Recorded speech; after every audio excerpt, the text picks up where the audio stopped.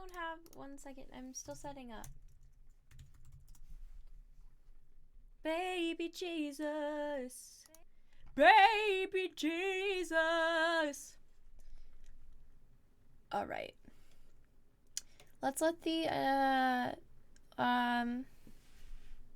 my candle's really noisy. Can you hear?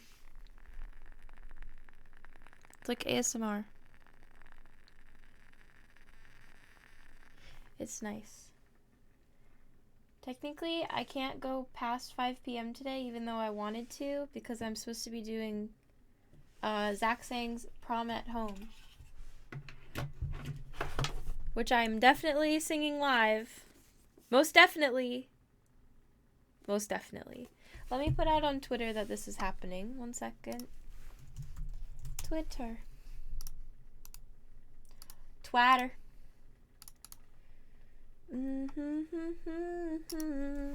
I am reading The Lightning Thief. Did I spell thief wrong? I most definitely did. I did. I'm editing it. Please don't look. Please don't look. Wait, how do you spell thief? Thief. I spelled it right. Epic. Hold on. I knew that was right. Reading The Lightning Thief, chapters 6 through 10. Oh, my alert box is not on. Let me see. Oh no, it's on. It's on! I didn't spell reading right. Give me a moment, everyone. I literally just got the book to reread it. It's so good, right? Let me put this on my Twitch stream, on my Instagram.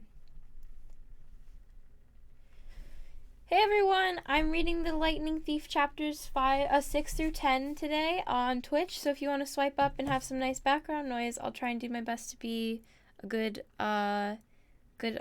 narrator. Okay, cool. Just putting the link now, twitch.tv/mxmtoon. I hate doing this in front of people, but I'm reading on Twitch. I spell Twitch wrong every single time. I spell it twatch. I'm going to turn down the volume of the alert so that way it doesn't get too distracting. Okay, so who's ready to read?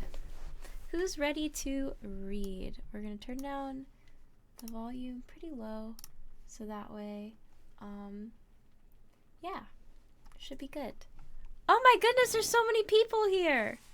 Is everybody ready? Okay, let me go to the right chapter. Chapter 6. I have boba too. I have it's Thai milk tea with egg pudding. Cassio, thank you for the sub. Twatch. Okay. Cook W. Hi everyone. Hi. Okay. Let's do this thing, shall we? Chapter 6. I become supreme lord of the bathroom. Once I got over the fact that my Latin teacher was a horse, we had a nice tour, though I was careful not to walk behind him. I'd done Pooper Scooper Patrol in the Macy's Thanksgiving Day Parade a few times, and I'm sorry, I did not trust Chiron's back end the way I trusted his front. We passed the volleyball pit. Several of the campers nudged each other. One pointed to the Minotaur horn I was carrying. Another said, "That's him." Most of the campers were older than me. Their satyr friends were bigger than Grover, all of them trotting around in orange Camp Half-Blood t-shirts with nothing else to cover their bare, shaggy hindquarters.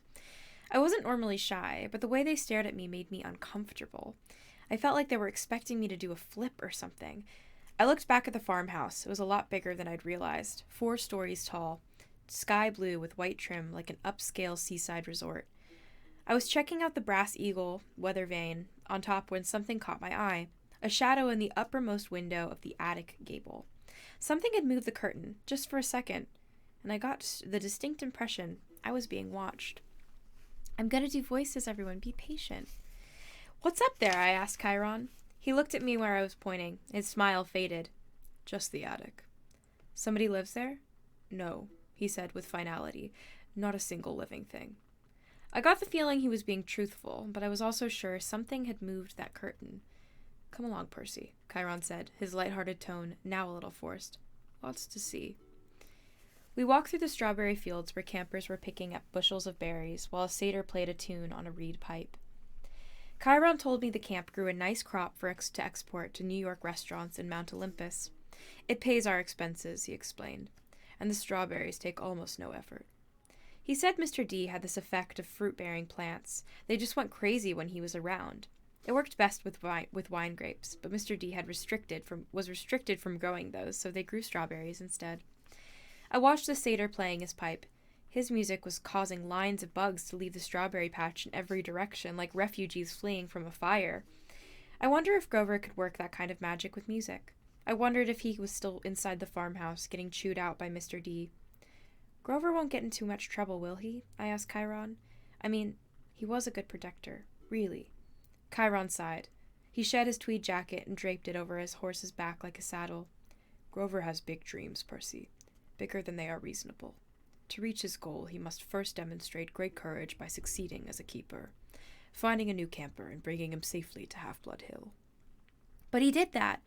I might agree with you, Chiron said, but it is not my place to judge. Dionysus and the Council of Cloven Elders must decide. I'm afraid they may not see this assignment as a success. After all, Grover lost you in New York. There was the unfortunate fate of your mother, and the fact that Grover was unconscious when you dragged him over the property line. The council might question whether this shows any courage on Grover's part.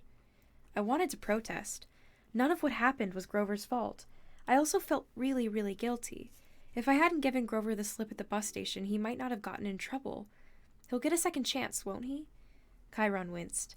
I'm afraid that was Grover's second chance, Percy. The council was not anxious to give him another, either after what happened the first time 5 years ago. Olympus knows. I advised him to wait longer before trying again, but he's still so small for his age. How old is he? Oh, 28. What? He's in 6th grade? Satyrs mature half as fast as humans, Percy. Grover has been the equivalent of a middle school student for the past 6 years. That's horrible. Quite, Chiron agreed. At any rate, Grover is a late bloomer, even by satyr standards, and not yet very accomplished at woodland magic. Alas, he was anxious to pursue his dream. Perhaps now he will find some other career. That's not fair, I said. What happened to the first time? Was it really so bad? Chiron looked away quickly. Let's move along, shall we? But I wasn't quite ready to let the subject drop. Something had occurred to me when Chiron talked about my mother's fate, as if he were intentionally avoiding the word death. The beginnings of an idea, a tiny, hopeful fire, started forming in my mind. Chiron, I said, if the gods in Olympus and all that are real, yes, child, does that mean the underworld is real too? Chiron's expression darkened. Yes, child. He paused, as if choosing his words carefully. There is a place where spirits go after death. But for now, until we know more, I would urge you to put that out of your mind. What do you mean, until we know more? Come on, Percy. Let's see the woods. As we got closer, I realized how huge the forest was. It took up at least a quarter of the valley, with trees so tall and thick you could imagine nobody had been there since the Native Americans. Chiron said, the woods are stocked if you care to try your luck, but go armed. Stocked with what, I asked. Armed with what? You'll see. Capture the flag is Friday night. Do you have your own sword and shield? My own? No, Chiron said. I don't suppose you do. I think a size 5 will do. I'll visit the armory later. I wanted to ask what kind of summer camp had an armory, but there was way too much else to think about. So the tour continued. We saw the archery range, the canoeing lake, the stables, which Chiron didn't seem to like very much, the javelin range, the sing-along amphitheater, the arena where Chiron said they held swords and spear fights. Swords and spear fights, I asked. Cabin challenges and all that, he explained. Not lethal, usually. Oh yes, and there's the mess hall. Chiron pointed to an outdoor pavilion framed in white Grecian columns on a hill overlooking the sea. There was a dozen stone picnic tables, no roofs, no walls. What do you do when it rains? I asked. Chiron looked at me as if I've gone a little weird. We still have to eat, don't we? I decided to drop the subject. Finally, he showed me the cabins. There were 12 of them, nestled in the woods by the lake. They were arranged in a U, with 2 at the base and 5 in a row on either side. And they were without a doubt, the most bizarre collection of buildings I'd ever seen, except for the fact that each had a large brass number above the door. Odds on the left side, evens on the right. They looked absolutely nothing alike. Number 9 had smokestacks like a tiny factory. Number 4 had tomato vines on the walls and a roof made of real glass. 7 seemed to be made of solid gold, which gleamed so much in the sunlight it was almost impossible to look at. They all faced a common area, about the size of a soccer field, dotted with Greek statues, fountains, flower beds, and a couple of basketball hoops, which were more my speed. In the center of the field was a huge stone-lined fire pit. Even though it was a warm afternoon, the hearth smoldered. A girl about 9 years old was tending to flames, poking the coals with a stick. The pair of cabins at the head of the field, numbers 1 and 2, looked like his and hers mausoleums. Big white marble boxes with heavy columns in front. Cabin 1 was the biggest and bulkiest of the 12. Its polished brown doors shimmered like a hologram, so that for different angles lightning bolts seemed to streak across them. Cabin 2 was more graceful somehow, with slimmer columns garlanded with pomegranates and flowers. The walls were carved with images of peacocks. Zeus and Hera, I guessed? Correct, Chiron said. Their cabins looked empty. Several of the cabins are. That's true. No one ever stays in 1 or 2. Okay, so each cabin had a different god, like a mascot. 12 cabins for 12 Olympians, but why would they be empty? I stopped in front of the first cabin on the left, cabin 3. It wasn't high and mighty like cabin 1, but long and low and solid. The outer walls were of rough gray stone, studded with pieces of seashell and coral, as if the slabs had been hewn straight. Hewn. I can't read English. English is hard. Anyways, straight from the bottom of the ocean floor. I peeked inside the open doorway, and Chiron said, "Oh, I wouldn't do that." Before he could pull me back, I caught the salty scent of the interior, like the wind on the shore of Montauk. I'm doing my best. Okay. The interior walls glowed like abalone. There were 6 empty bunk beds with silk sheets turned down, but there was no sign anyone had ever slept there. The place felt so sad and lonely. I was glad when Chiron put his hand on my shoulder and said, "Come along, Percy." Most of the other cabins were crowded with campers. Number 5 was bright red, a real nasty paint job, as if the color had been splashed on with buckets and fists. The roof was lined with barbed wire. A stuffed wild boar head hung over the doorway, and its eyes seemed to follow me inside. Inside, I could see a bunch of mean-looking kids, both girls and boys, wrestling and arguing with each other while the music blared. The loudest was a girl, maybe 13 or 14. She wore a size XXL Camp Half-Blood t-shirt under a camouflage jacket. She zeroed in on me and gave me an evil sneer. She reminded me of Nancy Bobofit, though the camper girl was much bigger and tougher looking, and her hair was long and stringy and brown instead of red. I kept walking, trying to stay clear of Chiron's hooves. We haven't seen any other centaurs, I observed. No, said Chiron sadly. My kinsmen are wild and barbaric folk, I'm afraid. You might encounter them in the wilderness or at a major sporting event, but you won't see any here. You said your name was Chiron, are you really? He smiled down at me. The Chiron in the stories? Trainer of Hercules and all that? Yes, Percy. I am. But shouldn't you be dead? Chiron paused as if the question intrigued him. I honestly don't know about should be. The truth is, I can't be dead. You see, eons ago, the gods granted my wish. I could continue the work I loved. I could be a teacher of heroes as long as humanity needed me. I gained much from that wish, and I gave up much. But I'm still here, so I can only assume I'm still needed. Buffy, thank you for the sub. I thought about being a teacher for 3,000 years. It wouldn't have made my top 10 things to wish for list. Doesn't it ever get boring? No, he said. Horribly depressing at times, but never boring. Why depressing? Chiron seemed to turn hard of hearing again. Oh, look, he said. Annabeth's waiting for us. The blonde girl I'd met at the big house was reading a book in front of the last cabin on the left, number 11. It's Annabeth.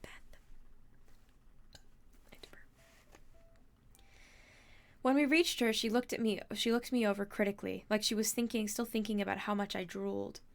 I tried to see what she was reading, but I couldn't make out the title. I thought my dyslexia was acting up. Then I realized the title wasn't even English. The letters looked Greek to me. I mean, literally Greek. There were pictures of temples and statues and different kinds of columns like those in an architecture book. Annabeth, Chiron said. I have master's archery class at noon. Would you take Percy from here? Yes, sir. Cabin 11, Chiron told me, gesturing towards the doorway. Make yourself at home. Out of all the cabins, 11 looked the most like a regular old summer camp cabin with an emphasis on old. The threshold was worn down, the brown paint peeling. Over the doorway was one of those doctor's symbols, a winged pole with 2 snakes wrapped around it. What did they call it? A caduceus. I don't know how to say the word. Yikes. Thank you, system, for gifting subs to so many different people. We have 3 gifted subs. Oh no, like 6 different gifted subs. Thank you, system checks. Inside, I was packed with people, both boys and girls, way more than the number of bunk beds. Sleeping bags were spread all around the floor. It looked like a gym where the Red Cross had set up an evacuation center. Chiron didn't go in. The door was too low for him, but when the campers saw him, they all stood and bowed respectfully. Well then, Chiron said. Good luck, Percy. I'll see you at dinner. He galloped away towards the archery range. I stood in the doorway looking at the kids. They weren't bowing anymore. They were staring at me, sizing me up. I knew this routine. I'd gone through it enough at schools. Well, Annabeth prompted. Go on. So naturally, I tripped myself coming in the door and made a total fool of myself. There were some snickers from the campers, but none around them said anything. Annabeth announced, Percy Jackson, meet cabin 11. Regular or undetermined, somebody asked. I didn't know what to say, but Annabeth said, undetermined. Everybody groaned. A guy who was a little older than the rest came forward. Now, campers, that's what we're here for. Welcome, Percy. You can have that spot on the floor right over there. The guy was about 19, and he looked pretty cool.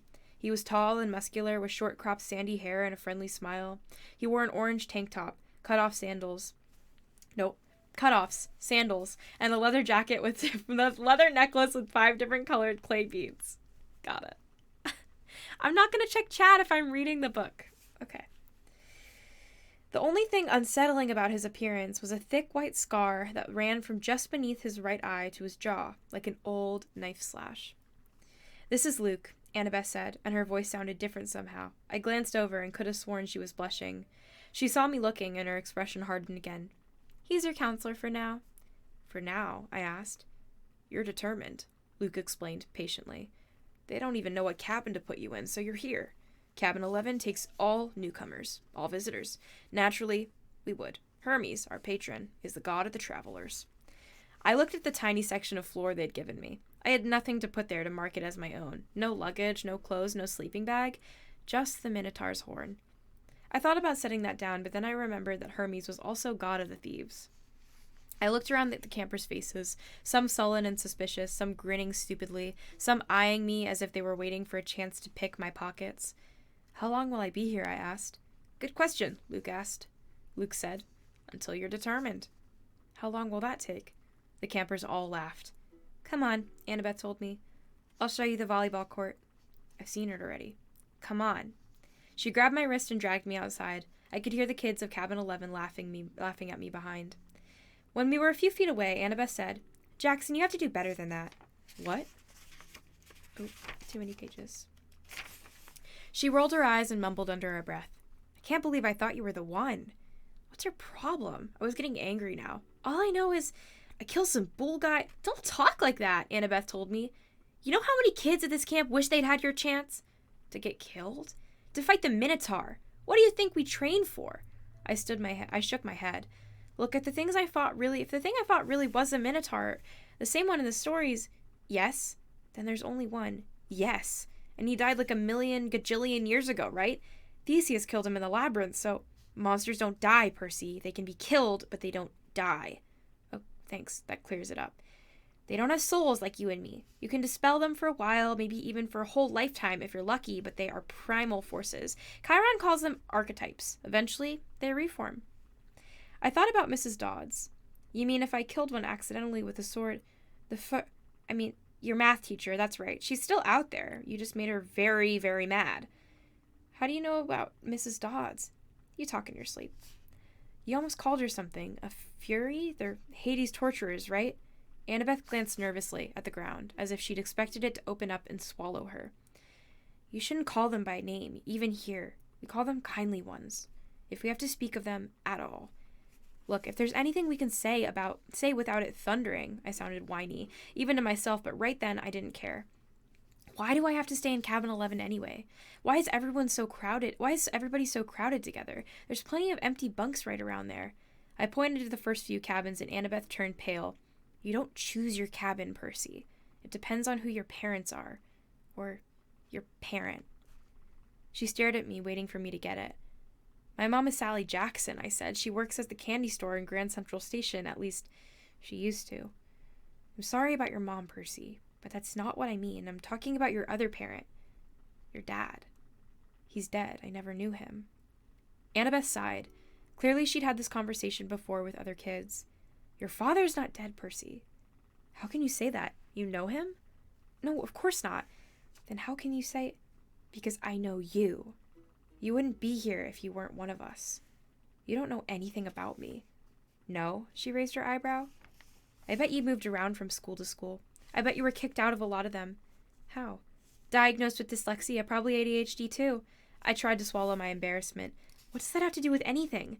Taken together, it's almost a sure sign. The letters float off the page when you read, right? That's because your mind is hardwired for ancient Greek. And the ADHD or impulsive can't sit still in a classroom. That's your battlefield reflexes. In real fight, they'd keep you alive. As for attention problems, that's probably because you see too much, Percy, not too little. Your senses are better than a regular mortal's. Of course, the teachers want you medicated. Most of them are monsters. They don't want you seeing them for what they are. You sound like you went through the same things. Most of the kids here did. If you weren't like us, you wouldn't have survived the Minotaur, much less the ambrosia and nectar. Ambrosia and nectar. The food and drink that we were giving to make you feel better. The stuff that would have killed a normal kid. I would have turned your blood to fire and your bones to sand and you'd be dead. Face it. You're a half-blood. A half-blood. I was reeling with so many questions I didn't even know where to start. Then a husky voice yelled, Well, a newbie! I looked over. The big girl from the ugly red cabin was sauntering towards us. She had 3 girls behind her, all in big and ugly and mean looking like her. They were all wearing camo jackets. Clarice. I think that's the right way. That's how I said it when I read it originally. Clarice, Annabeth sighed. Why don't you go polish your spear or something? Sure, Miss Princess, the big girl said, so I can run you through it with Friday night. Arias Korikos. When she can't speak Greek or look at Latin. It's okay. Annabeth said, which I somehow understood as Greek for go to the crows, though I had a feeling it was a worse curse than it sounded. You don't stand a chance. We'll pulverize you, Clarice said, but her eye twitched. Perhaps she wasn't sure she wasn't sure she could follow through on the threat. She turned towards me. Who's this little runt? Percy Jackson, Annabeth said. Meet Clarice, daughter of Ares. I blinked. Like the war god? Clarice sneered. You got a problem with that? No, I said, recovering my wits. It explains the bad smell. Clarice growled. We got an initiation ceremony for newbies, Percy. Whatever. Come on, I'll show you. Clarice, Annabeth tried to say. Stay out of it, wise girl. Annabeth looked pained, but she did stay out of it, and I didn't really want her to help. I was the new kid. I had to earn my own rep. I handed Annabeth my Minotaur horn and got ready to fight, but before I knew it, Clarice had me by the neck and was dragging me towards a cinder block building that I knew immediately was the bathroom. I was kicking and punching. I'd been in plenty of fights before, but this big girl Clarice had hands like iron. She dragged me into the girls' bathroom. There was a line of toilets on one side and a line of shower stalls on the other. It smelled just like any public bathroom, and I was thinking as much as I could think with Clarice ripping my hair out, that if this place belonged to the gods, they should have been able to afford classier Johns. Clarice's friends were all laughing, and I was trying to find the strength I'd use to fight the Minotaur, but it just wasn't there.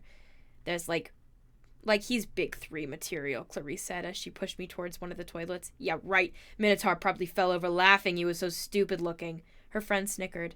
Annabeth stood in the corner, watching her fingers. Clarice bent me over my knees and started pushing my head into the toilet bowl. It reeked like rusted pipes and, well, like what goes into toilets. I strained to keep my head up. I was looking at the scummy water thinking, I will not go into that. I won't. Then something happened. I felt a tug in the pit of my stomach. I heard the plumbing rumble, the pipes shudder. Clarice's grip on my hair loosened. Water shot out of the toilet, making an arc straight over my head, and the next thing I knew, I was sprawled on the bathroom tiles with Clarice screaming behind me. I turned just as water blasted out of the toilet again, hitting Clarice straight in the face so hard it pushed her down onto her butt. The water stayed on her like spray from a fire hose, pushing her backwards into the shower stall. She struggled, gasping, and her friends started coming towards her, but then the other toilets exploded too, and 6 more streams of toilet water blasted them back. The showers acted up too, and together all the fixtures spraying the camouflage girls right out of the bathroom, spinning them around like pieces of garbage being flushed away. As soon as they were out of the door, I felt the tug on my gut lessen, and the water shut off as quickly as it had started. The entire bathroom was flooded. Annabeth hadn't been spared. She was dripping wet, but she hadn't been pushed to the door. She was standing in exactly the same place, staring at me in shock. I looked down and realized I was sitting in the only dry spot in the whole entire room. There was a circle of dry floor around me. I didn't have 1 drop of water on my clothes. Nothing. I stood up, my legs shaky. Annabeth said, "How did you—" "I don't know." We walked to the door, outside. Clarice and her friends were sprawled in the mud, and a bunch of other campers were gathered around to gawk. Clarice's hair was flattened across her face. Her camouflage jacket was sopping wet, and she smelled like sewage. She gave me a look of absolute hatred. "You're dead now, new boy. You are totally dead!" I probably should have let it go, but I said, "You want to gargle with toilet water again, Clarice? Close your mouth." Her friends had to hold her back. They dragged her towards cabin 5 while the other campers made way to avoid her flailing feet. Annabeth stared at me. I couldn't tell whether she was just grossed out or angry at me for dousing her. "What?" I demanded. "What are you thinking?" "I'm thinking," she said, "that I want you on my team for Capture the Flag." And that ends chapter 6. All right. Ooh. First stretch break of the stream. Everybody stand up. Stand up. Get some water. Get some tea. Stand up, stand up, stand up. Okay. Now, lean forward and bounce for 10 counts. 1, 2, 3, 4, 5, 6, 7, 8, 9, 10. Okay. Now we're going to hold it here for 10 counts. 1, 2, 3, 4, 5, 6, 7, 8, 9, 10. Other side. 1, 2, 3, 4, 5, 6, 7, 8, 9, 10. Okay. Sit down. On the ground. Sit down. Do the butterfly. Put your feet, your soles together. 1, 2, 3, 4, 5, 6, 7, 8, 9, 10. Okay. This one is for people who like to crack their back. You're going to put one leg over the other. Put your arm opposite. You're going to turn this way for 10 counts. 1, 2, 3, 4, 5, 6, 7, 8, 9, 10. Other side. 1, 2, 3, 4, 5, 6, 7, 8, 9, 10. And now forward for 10. 1, 2, 3, 4, 5, 6, 7, 8, 9, 10. Okay.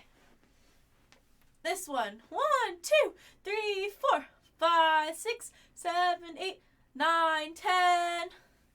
Other side. 1, 2, 3, 4, 5, 6, 7, 8, 9, 10. Alright, thank you for everybody who subbed during that chapter. I'm sorry I can't look up all the time to see whose names it is. Okay, shall we move on? Okay, let's read the next chapter.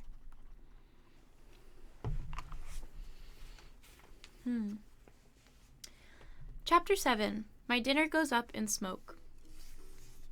Word of the bathroom incident spread quickly. Wherever I went, campers pointed at me and murmured something about toilet water, or maybe they were just staring at Annabeth, who was still pretty much dripping wet. She showed me a few more places: the metal shop, where kids were forging their own swords, the arts and craft room, where satyrs were sandblasting a giant marble statue of a goat man, and the climbing wall, which actually consisted of 2 facing walls that shook violently, dropping boulders, sprayed lava, and clashed together if you didn't get to the top fast enough. Finally, we returned to the canoeing lake, where the trail led back to the cabins. 1 second. I'm readjusting. Okay. I've got training to do, Annabeth said flatly. Dinner's at 7:30. Just follow your cabin to the mess hall. Annabeth, I'm sorry about the toilets. Whatever. It wasn't my fault. She looked at me skeptically, and I realized it was my fault. I'd made water shoot out of the bathroom fixtures. I didn't understand how, but the toilets had responded to me. I had to be the one with the plumbing. I'd become one with the plumbing. You need to talk to the Oracle, Annabeth said. Who? Not who, what. The Oracle. I'll ask Chiron. I stared into the lake, wishing somebody would give me a straight answer for once. I wasn't expecting anybody to be looking back on me from the bottom, so my heart skipped a beat when I noticed two teenage girls sitting cross-legged at the base of the pier, about 20 feet below. They wore blue jeans and shimmering green t-shirts, and they had blown their hair, and their brown hair floated loose around their shoulders as minnows darted in and out. They smiled and waved as if I were a long-lost friend. I didn't know what else to do, so I waved back. Don't encourage them, Annabeth warned. Naiads are terrible flirts. Naiads, I repeated, feeling completely overwhelmed. That's it, I want to go home now. Annabeth frowned. Don't you get it, Percy? You are home. This is the only safe place on the earth for kids like us. You mean mentally disturbed kids? I mean not human. Not totally human anyways. Half human. Half human and half what? I think you know. I didn't want to admit it, but I was afraid I did.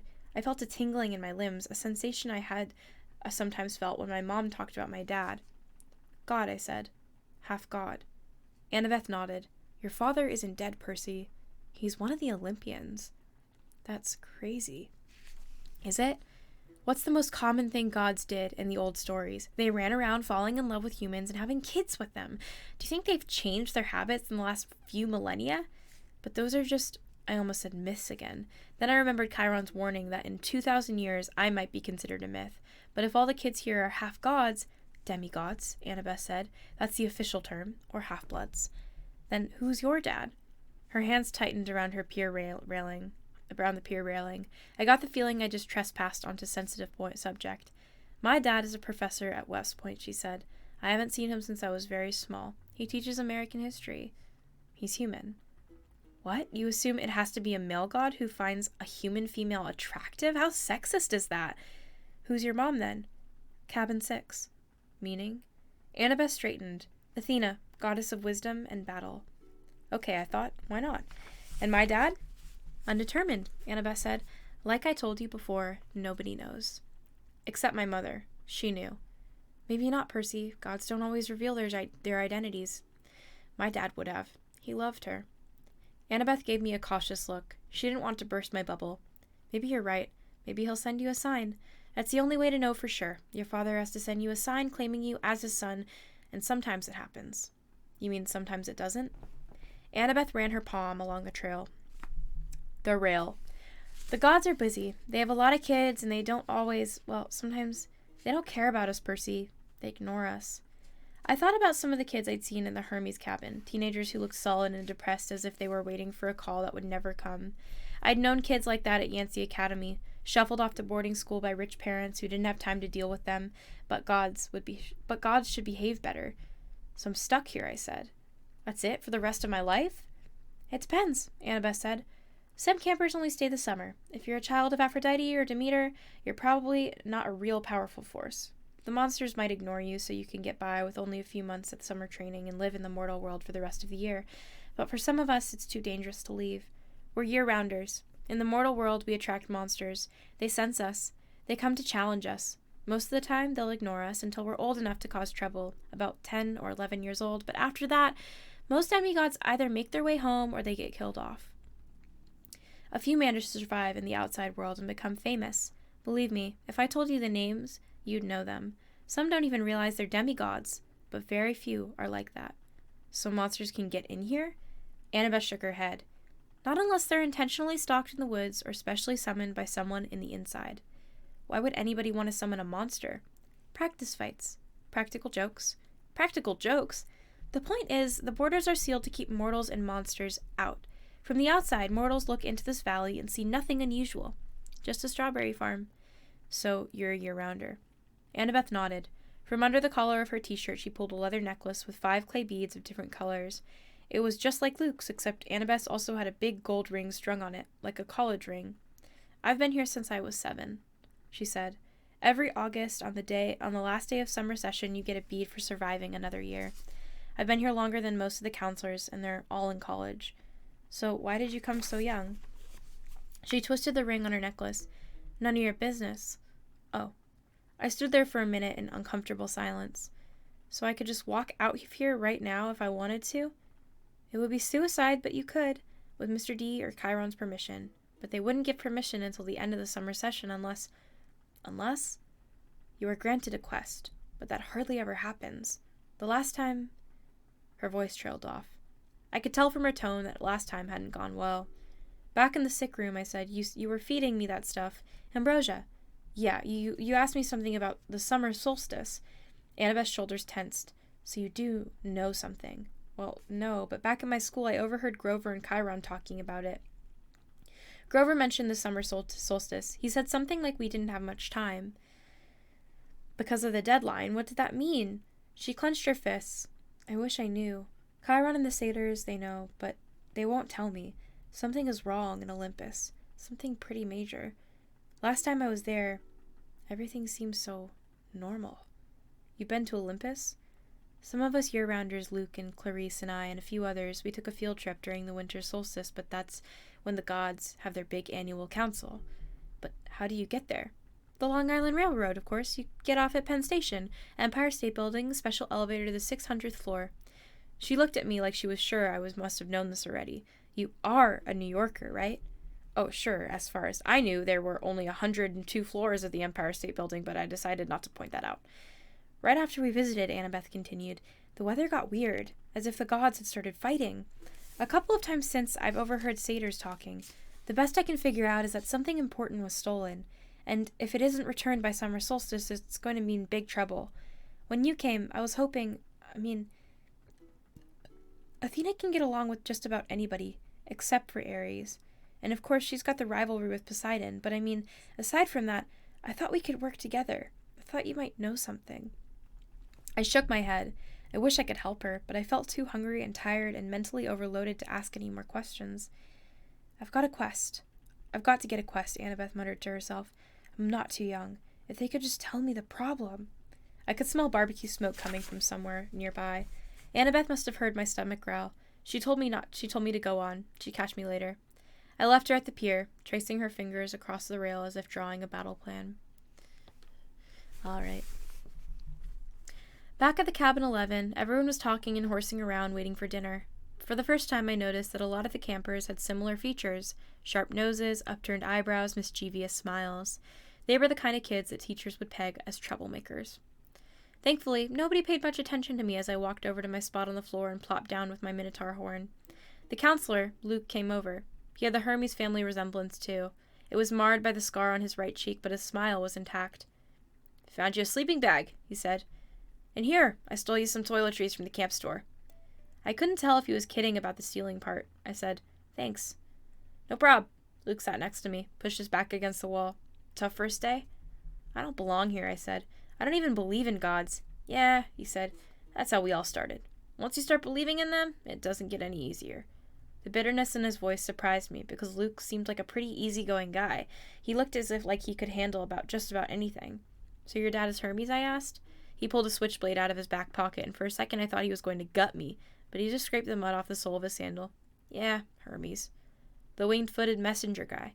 That's him. Messengers, medicine, travels, merchants, thieves, anybody who uses the roads. That's why you're here, enjoying Cabin 11's hospitality. Hermes isn't picky about who he sponsors.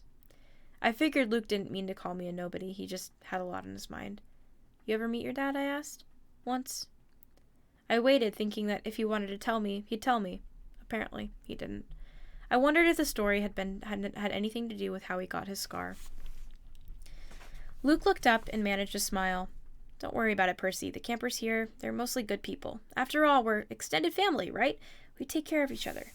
He seemed to understand how lost I felt, and I was grateful for that, because an older guy like him, even if he was a counselor, should have steered clear of an uncool middle schooler like me. But Luke had welcomed me into the cabin. He'd even stolen me some toiletries, which was the nicest thing anybody had ever done for me that day. I decided to ask him my last big question, the one that had been bothering me all afternoon. Clarice from Ares was joking about me being Big 3 material. Then, Annabeth, twice, she said I might be the one.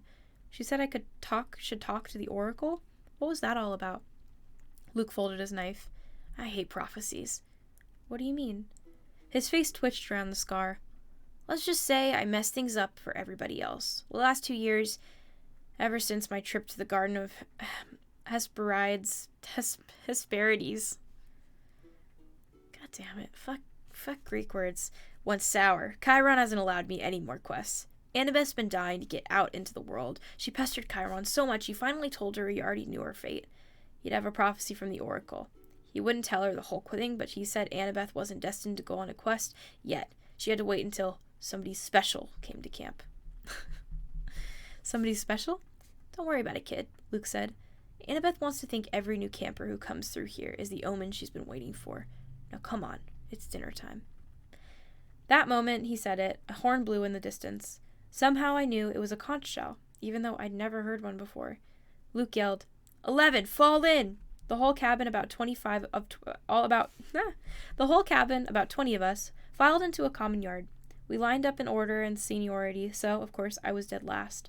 Campers came from the other cabins, too, except for the 3 empty cabins at the end, and cabin 8, which had looked normal in the daytime, but I was now starting to glow silver as the sun went down.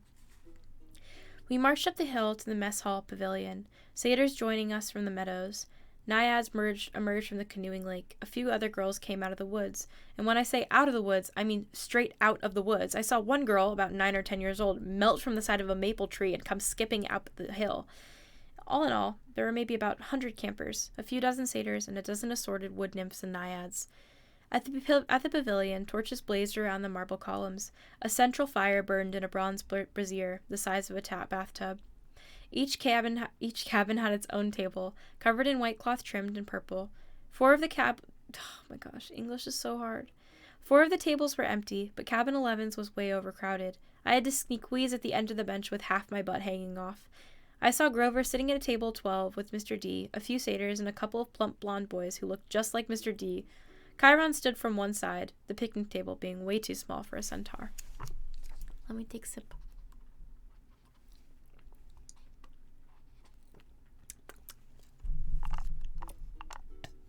All right. Annabeth sat at table 6 with a bunch of serious-looking athletic kids, all with her gray eyes and honey blonde hair. Clarice sat behind me at Aries' table. She'd apparently gotten over being hosed down because she was laughing and belching right alongside her friends. Finally, Chiron pounded his hoof against the marble floor of the pavilion, and everybody fell silent. He raised a glass. To the gods. Everybody else raises their glass, too. To the gods! Wood nymphs came forward with platters of food. Grapes, apples, strawberries, cheese, fresh bread, and yes, barbecue. My glass was empty, but Luke said, speak to it, whatever you want, non-alcoholic, of course. I said, cherry Coke. The glass filled with sparkling caramel liquid. Then I had an idea. Blue cherry Coke. The soda turned a violent shade of cobalt. I took a cautious sip. Perfect. I drank a toast to my mother. She's not gone, I told myself. Not permanently, anyways. She's in the underworld, and if that's a real place, then someday... Here you go, Percy, Luke said, handing me a platter of smoked brisket. I loaded my plate and was about to take a big bite when I noticed everybody getting up, carrying their plates towards the fire in the center of the pavilion. I wondered if they were going for dessert or something. Come on, Luke told me. As I got closer, I saw that everybody was taking a portion of their meal and dropping it into the fire, the ripest strawberry, the juiciest slice of beef, the warmest, most buttery roll. Luke murmured in my ear, burnt offerings for the gods. They like the smell. You're kidding. His look warned me not to take this lightly, but I couldn't help wondering why an immortal, all-powerful being would like the smell of burning food. Luke approached the fire, bowing his head, tossed in a cluster of fat red grapes. Hermes. I was next. I wish I knew what God's name to say. Finally, I made a silent plea. Whoever you are, tell me. Please. I scraped a big slice of brisket into the flames. When I caught a whiff of the smoke, I didn't gag.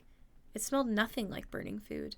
It smelled of hot chocolate and fresh-baked brownies, hamburgers on the grill, and wildflowers, and 100 other good things that shouldn't have gone well together, but did. I could almost believe that the gods could live off that smoke. When everybody had returned to their seats and finished eating their meals, Chiron pounded his hoof again for our attention. Mr. D got up with a huge sigh. Yes, well, I suppose I better say hello to all you brats. Well, hello. Our activities director, Chiron, says the next capture the flag is Friday. Cabin 5 Cabin 5 presently holds the laurels. A bunch of ugly cheering rose from the Aries table. Personally, Mr. D continued, I couldn't care less, but congratulations. All I should tell you is that we have a new camper today, Peter Johnson. Chiron murmured something. Percy Jackson, Mr. D corrected. That's right, hurrah, and all that. Now run along to your silly campfire. Go on. Everybody cheered. We all headed down towards the amphitheater, where Apollo's cabin let us sing along. How does that voice leave my body, anyways? Sing along, sang camp songs about the gods and ate s'mores and joked around, and the funny thing was, I didn't feel that anyone was staring at me anymore. I felt like I was home. Later in the evening, when the sparks from the campfire were curling into a starry sky, the conch horn blew again, and we all filed back to our cabins. I didn't realize how exhausted I was until I collapsed into my borrowed sleeping bag. My fingers curled around the Minotaur horn. I thought about my mom, but I had good thoughts. Her smile and bedtime stories she would read me when I was a kid, the way she would tell me not to let the bedbugs bite. When I closed my eyes, I fell asleep instantly. That was my first day at Camp Half-Blood. I wish I'd known how briefly I would get to enjoy my new home. MXM hydrate. Okay.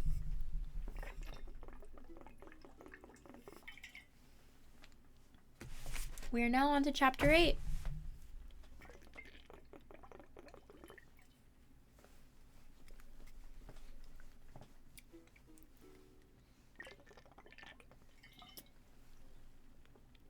If it wasn't apparently obvious, I only know 2 voices, and it's like Smoker Mom Aunt from New York and my voice. That's it.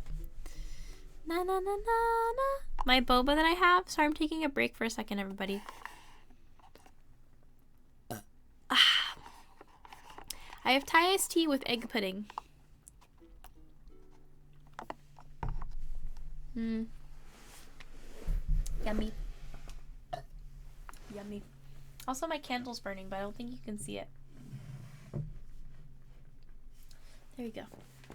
Candle. Alright.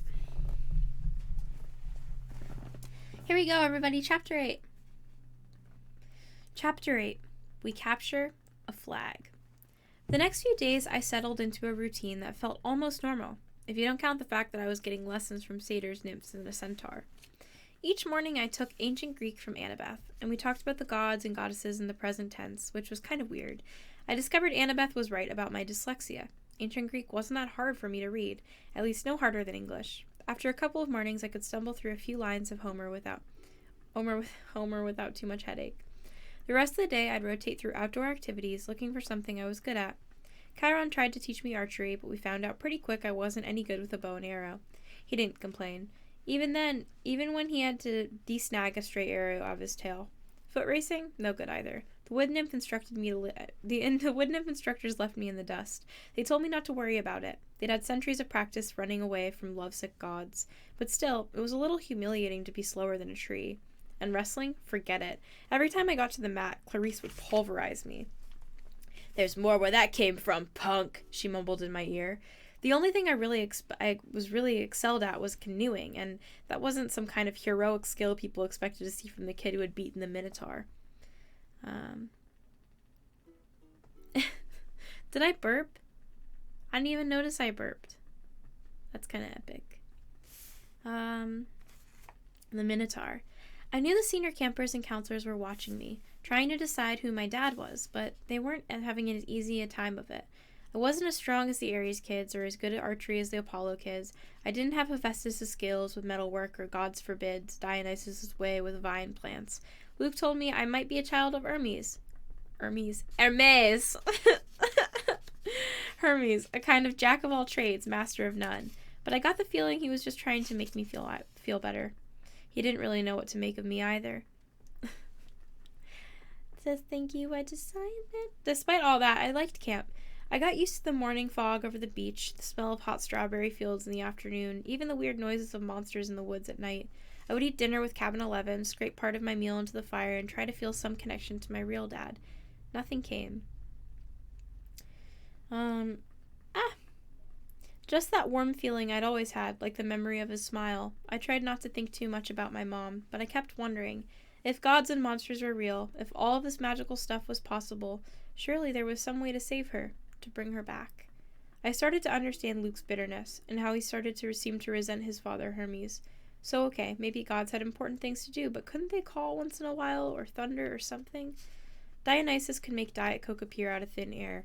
Why couldn't my dad, whoever he was, make a phone appear? Thursday afternoon, 3 days after I'd arrived at Camp Half-Blood, I had my first sword fighting lesson. Everybody from Camp 11 gathered in the big circular arena where Luke would be our instructor. We started with basic stabbing and slashing until using some straw-stuffed dummies in Greek armor. I guess I did okay. At least I understood what I was supposed to do, and my reflexes were good. The problem was I couldn't find a blade that felt right in my hands. Either they were too heavy, or too light, or too long.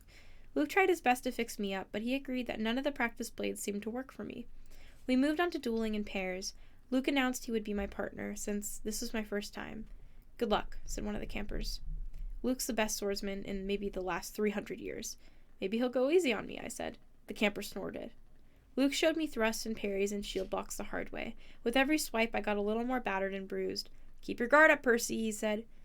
Then whapped me in the ribs with the flat side of his blade. "No, not that far up." Whap! Lunge. Whap! "Now back." Whap! By the time he called a break, I was soaked in sweat. Everybody swarmed the drinks cooler. Luke poured ice water onto his head, which looked like such a good idea. I did the same. Instantly, I felt better. Strength surged back into my arms. The sword didn't feel so awkward.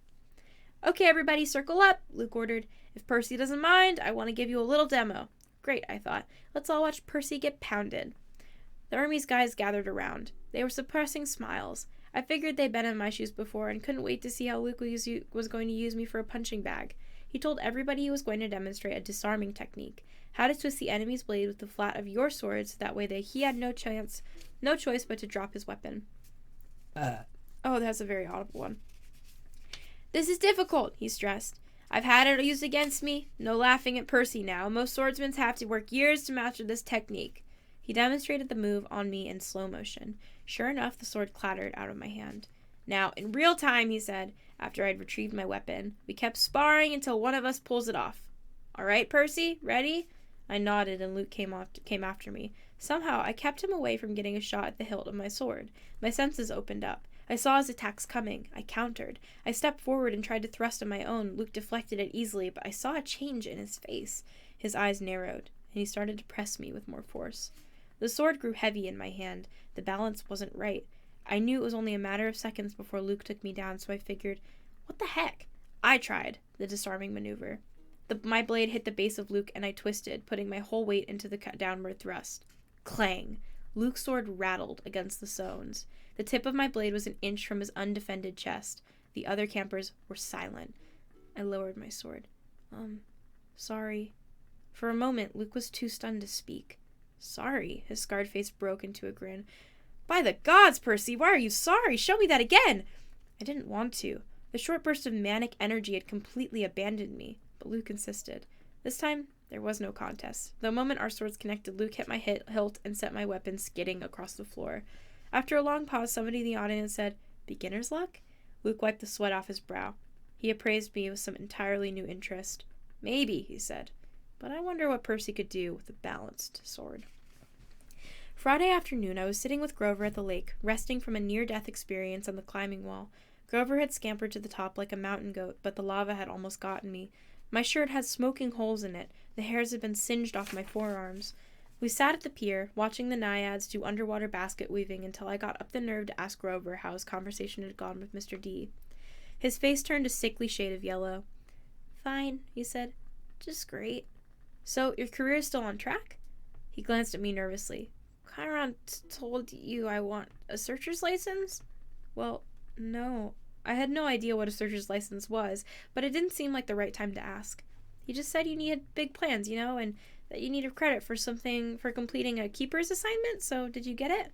Grover looked down at the naiads. "Mr. D suspended judgment. He said I hadn't failed or succeeded with you yet, so our fates are still tied together.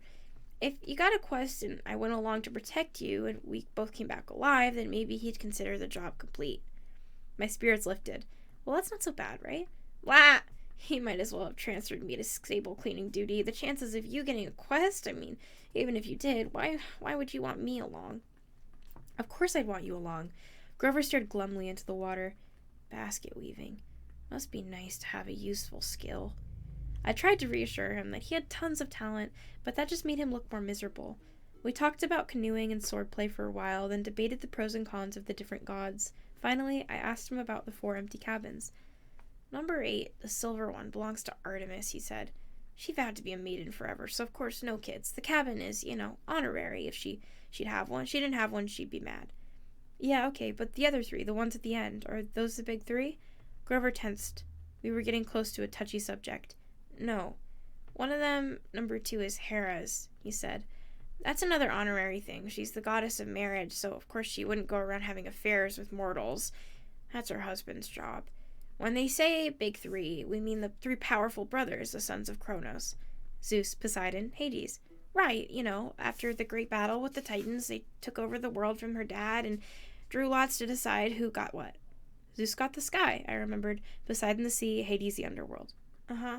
But Hades doesn't have a cabin here. No. He doesn't have a throne on Olympus either. He sort of does his own thing down in the underworld. If he did have a cabin here, Grover shuddered, well, it wouldn't be pleasant. Let's just leave it at that. But Zeus and Poseidon, they both had like a bazillion kids in the myths. Why are their cabins empty? Grover shifted his hooves uncomfortably. About 60 years ago, after World War II, the big 3 agreed they wouldn't sire any more heroes. Their children were just too powerful. They were affecting the course of human events too much, causing too much carnage. World War II, that was basically a fight between the sons of Zeus and Poseidon on one side and the sons of Hades on the other side. The winning side, Zeus and Poseidon, made Hades swear an oath with them. No more affairs with mortal women. They all swore on the river Styx. Thunder boomed. I said, that's the most serious oath you can make. Grover nodded. And the brothers kept their swords. And the brothers kept their word? No kids? Grover's face darkened. 17 years ago, Zeus fell off the wagon. There was this TV starlet with a big fluffy 80s hairdo. He just couldn't help himself. When the child was born, a little girl named Thalia, well, the river Styx is a serious promise. Zeus himself got off easy because he's immortal, but he brought a terrible fate on his daughter. But that isn't fair. It wasn't the little girl's fault. Grover hesitated. Percy, children of the big 3 have powers greater than other half-bloods. They have a strong aura, a scent that attracts monsters. When Hades found out about the girl, he wasn't too happy about Zeus breaking his oath. Hades let the worst monsters out of Tartarus to torture Thalia. A satyr was assigned to be her keeper when she was 12, but there was nothing he could do. He tried to escort her here with a couple of other half-bloods she'd befriended, and they almost made it. They got all the way to the top of that hill. He pointed across the valley to the pine tree where I'd fought the Minotaur. All 3 kindly ones were after them, along with a horde of hellhounds. They were about to be overrun when Thalia told her satyr to take the other 2 half-bloods to safety while she held off the monsters. She was wounded and tired, and she didn't want to live like a hunted animal. The satyr didn't want her to leave, but he couldn't change her mind, so he had to protect others. So Thalia made her final stand alone at the top of the hill. As she died, Zeus took pity on her. He turned her into a pine tree. Her spirit still helps protect the borders of the valley, and that's why this hill is called Half-Blood Hill. I stared at the pine in the distance. The story made me feel hollow, and guilty, too. A girl my age had sacrificed herself to save her friends. She had faced a whole army of monsters. Next to that, my victory over the Minotaur didn't seem like much. I wonder if I'd acted differently. Could I have saved my mother? Grover, I said, have heroes really gone on quests to the underworld? Sometimes, he said. Orpheus, Hercules, Houdini. And have they ever returned somebody from the dead? No, never. Orpheus came close, Percy. You're not seriously thinking... No, I lied. I was just wondering, so a satyr is always assigned to guard a demigod? Grover studied me warily. I hadn't persuaded him that I'd really dropped the underworld idea. Not always. We go undercover a lot for schools. We try to sniff out the half-bloods who have the makings of a great hero. If we find one with very strong aura, like a child of the big 3, we alert Chiron. He tries to keep his eye on them, because otherwise that could cause really huge problems. And you found me. Chiron said you thought I might be something special. Grover looked at me as if I'd just led him into a trap. I didn't... Listen, don't think like that. If you were, you would know. You know, you'd never ever be allowed on a quest, and I'd never get my license. You're probably a child of Hermes, or maybe even one of the minor gods like Nemesis, the god of revenge. Don't worry, okay? I got the idea he was reassuring himself more than me. The night after dinner, there was a lot more excitement than usual. At last, it was time for Capture the Flag. I drink. Posture? There you go. That night after dinner, there was a lot more excitement than usual. At last, it was time for Capture the Flag. When the plates were cleared away, the conch horns sounded and we all stood at our tables. Campers yelled and cheered as Annabeth and 2 of her siblings ran into the pavilion carrying a silk banner. It was about 10 feet long, glistening gray, with paintings of barn owl above and an olive tree. From the opposite side of the pavilion, Clarice and her buddies ran in with another banner, an identical size, but gaudy red, painted with a bloody spear and a boar's head. I turned to Luke and yelled over the noise. Those are the flags? Yeah. Ares and Athena always led the teams? Not always, he said, but often. So if another cabin captures one, what do? Repaint the flag? He grinned. You'll see. First, we have to get one. Whose side are we on? He gave me a sly look as if he knew something, and I didn't. The scar on his face made him look almost evil in the torchlight. We've made a temporary alliance with Athena. Tonight, we get the flag from Ares, and you are going to help. The teams were announced. Athena had made an alliance with Apollo and Hermes, the 2 biggest cabins. Apparently, privileges had been traded, shower times, chore schedules, the best slot for activities, in order to win support. Ares had allied themselves with everybody else. Dionysus, Demeter, Aphrodite, and Hephaestus. From what I'd seen, Dionysus's kids were actually good athletes, but there were only 2 of them. Demeter's kids had the edge with natural skills and outdoor stuff, but they weren't really very aggressive. Aphrodite's sons and daughters, I wasn't too worried about. They mostly sat around everyday activity and checked their reflections in the lake and did their hair and gossiped. Hephaestus's kids weren't pretty, but there were only 4 of them. But they were big and burly from working in the metal shop all day. They might be a problem. That, of course, left Ares' cabin, a dozen of the biggest, ugliest, and meanest kids on Long Island, or anywhere else on the planet. Chiron hammered his foot on the marble. Heroes, he announced. You know the rules. The creek is the boundary line. The entire forest is a fairy game. All magic items are allowed. The banner must be prominently displayed and have no more than 2 guards.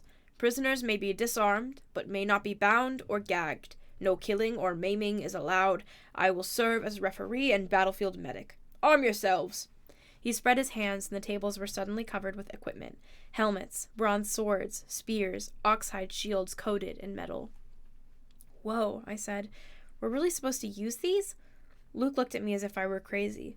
Unless you want to get skewered by your friends in cabin 5. Here, Chiron thought these would fit. You'll be on border patrol. My shield was the size of an NBA backboard, with a big I can't say that word. Caduceus? God damn it. Anyways.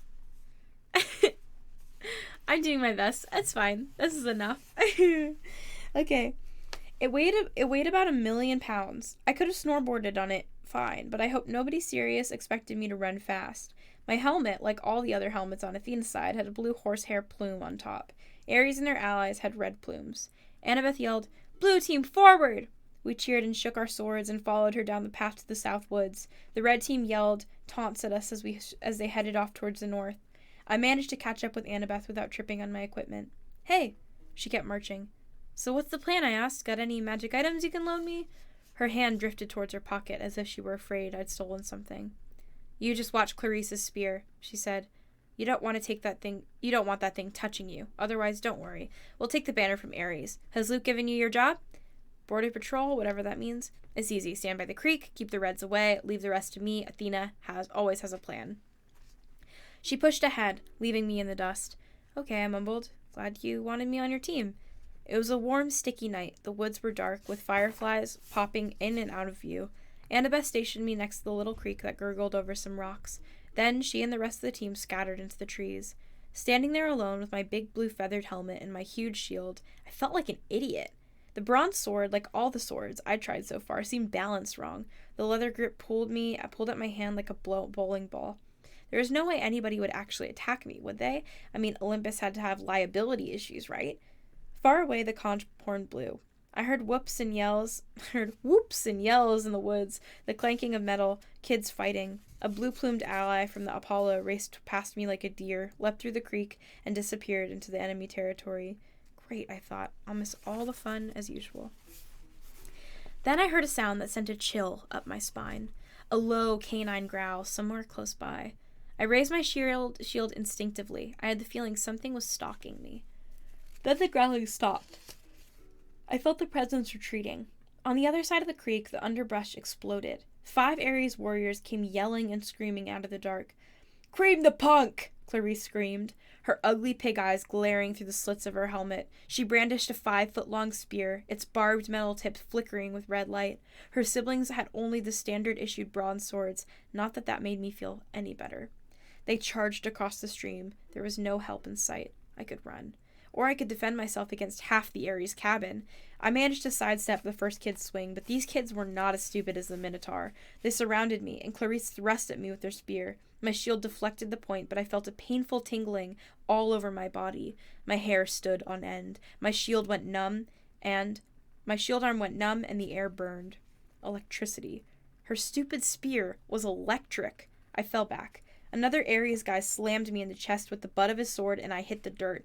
They could have knocked me into jelly, but they were too busy laughing. "Give him a haircut," Clarice said. "Grab his hair." I managed to get on my feet. I raised my sword, but Clarice slammed it aside with her spear as sparks flew. Now both my arms felt numb. "Oh, wow," Clarice said. "I'm scared of this guy. Really scared." The flag is the only way. The flag is that way, I told her. I wanted to sound angry, but I was afraid it didn't come out that way. "Yeah," one of her siblings said. "But see, we don't care about that flag. We care about a guy who made our cabin look stupid." "You can do that without my help," I told them. It probably wasn't the smartest thing to say. 2 of them came at me. I backed up towards the creek and tried to raise my shield, but Clarice was too fast. Her spear struck me in straight in the ribs. If I hadn't been wearing an armored breastplate, I would have been shish kebabbed. As it was, the electric point just about shocked my teeth out of my mouth. One of the cabin mates slashed his sword across my arm, leaving a good-sized cut. Seeing my own blood made me dizzy, warm, and cold at the same time. "No maiming," I managed to say. "Oops," said the guy. "Guess I lost my dessert privileges. Not desert privileges. Dessert privileges. Oop." He pushed me into the creek and I landed with a splash. They all laughed. I figured as soon as they were through being amused, I would die, but then something happened. The water seemed to wake up my senses, as if I'd just had a bag of my mom's double espresso jelly beans. Clarice and her cabin mates came into the creek to get me, but I stood to meet them. I knew what to do. I swung the flat of my sword against the first guy's head and knocked his helmet clean off. I hit him so hard I could see his eyes vibrating as he crumpled to the ground. Ugly number 2 and ugly number 3 came at me. I slammed one in the face with my shield and used my sword to shear off the other guy's horsehair plume. Both of them backed up real quick. Ugly number 4 didn't look real anxious to attack, but Clarice kept coming, the point of her spear crackling with energy. As soon as she thrust, I caught the shaft between the edge of my sword and my shield, and I snapped it like a twig. "Ah!" she screamed. "You idiot! You corpse breath worm!" She probably should have said worse, but I smacked her between the eyes with my sword butt and sent her stumbling backwards out of the creek. Then I heard yelling, elated screams, and I saw Luke racing towards the boundary line with the red team's banner lifted high. He was flanked by a couple of Hermes guys. Why can't I say frickin' Hermes right? Hermes guys covering his retreat and few Apollos behind them, fighting off the Hephaestus kids. The Ares folks got up, and Clarice muttered a dazed curse. "A trick!" she shouted. It was a trick. They staggered after Luke, but it was too late. Everybody converged on the creek as Luke ran across into friendly territory. Our side exploded into cheers. The red banner shimmered and turned into silver. The boar and spear were replaced with a huge literally can't say that word. The symbol of Cabin 11. Everybody in the blue team picked up Luke and started carrying him around on their shoulders. Chiron cantered out from the woods and blew the conch horn. The game was over. We'd won. I was about to join the celebration when Annabeth's voice right next to me in the creek said, "Not bad, hero." I looked, but she wasn't there. "Where the heck do you learn to fight like that?" she asked. The air shimmered, and she materialized, holding a Yankee baseball cap as if she'd just taken it off her head. I felt myself getting angry. I wasn't even fazed by the fact that she'd been invisible. "You set me up," I said. "You put me here because you knew Clarice would come after me, while you sent Luke around to the flank. You had it all figured out." Annabeth shrugged. "I told you, Athena always has a plan." "A plan to get me pulverized?" "I came as fast as I could. I was about to jump in, but..." She shrugged. "You didn't need help." Then she noticed my wounded arm. "How did you do that?" "Sword cut," I said. "What do you think?" "No, it was a sword cut. Look at it." The blood was gone. Where the huge cut had been, there was a long white scratch, and even that was fading. As I watched, it turned into a small scar, disappearing. I don't get it. Annabeth was sinking hard. I could almost see the gears turning. She looked down at my feet, then at Clarice's broken spear, and said, "Step out of the water, Percy." "What?" "Just do it." I came out of the creek and immediately felt bone tired. My arms started to go numb again. My adrenaline rush left me, and I almost fell over, but Annabeth steadied me. "Oh, sticks," she cursed. "This is not good. I assumed it would be Zeus." Before I could ask what she meant, I heard that canine growl again, but much closer to me. A howl ripped through the forest. The campers' cheering died instantly. Chiron shouted something in ancient Greek, which I would realize only later I had perfectly understood. "Stand ready, my bow!" Annabeth drew her sword. There on the rocks just above was a black hound the size of a rhino, with lava-red eyes and fangs like daggers. It was looking straight at me. Nobody moved except Annabeth, who yelled, "Percy, run!" She tried to step in front of me, but the hound was too fast. It leapt over her, an enormous shadow with teeth, and just as it hit me, as I stumbled backwards and felt its razor-sharp claws ripping through my armor, there was a cascade of thwacking sounds, like 40 pieces of paper being ripped one after the other. From the hound's neck sprouted a cluster of arrows. The monster fell dead at my feet. By some miracle, I was still alive. I didn't want to look underneath the ruins of my shredded armor. My chest felt warm and wet, and I already knew I was badly cut. Another second, and the monster would have turned me into 100 pounds of delicatessen meat. Chiron trotted up next to us, a bow in his hand, his face grim. "De mortalis," Annabeth said. "That's a hellhound from the fields of punishment. They're not supposed to..." "Somebody summoned it," Chiron said. "Somebody inside the camp." Luke came over, the banner in his hand forgotten, his moment of glory gone. Clarice yelled, "It's Percy's fault. Percy summoned it." "Be quiet, child," Chiron told her. I had to take a sip.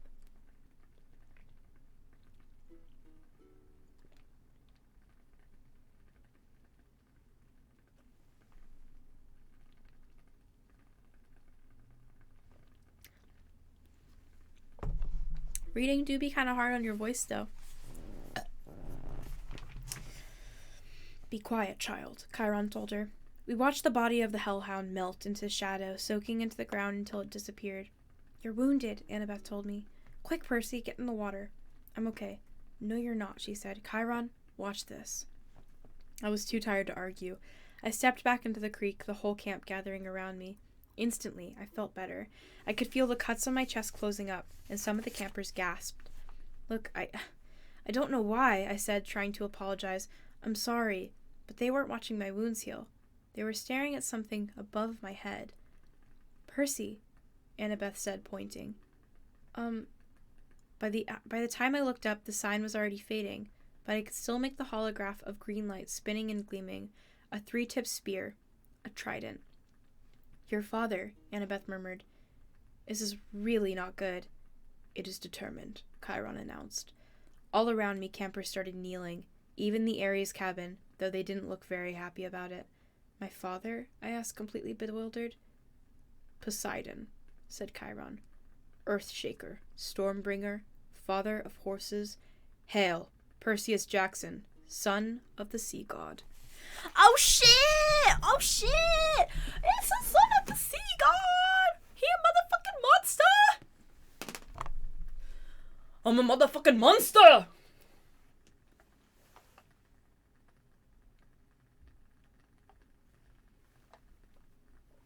Oh shit!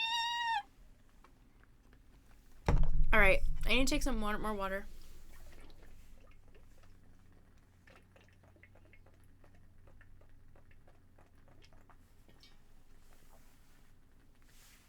Alright. Stretch break, everybody. Get up. Stand up. Get up. Stand stand up. I don't even know what stretches to do. Okay, here's what we're going to do. Can you see me? Okay. Lean down. Put your arms out in front of you. Make a right angle with your body. It's just called a flat back. Hold this. Bend your knees slightly. Hold it for 10 seconds. 1, 2, 3, 4, 5, 6, 7, 8, 9, 10. Now you're going to go down with it and bring it up. And again. Down, up. And again. Down, up. Da na na na na na na na na na na na na na na. Okay, that's all I have in me. Bend and snap. What did you walk into? We were doing stretch break. Okay. Now, I drink more water. Drink water, everybody.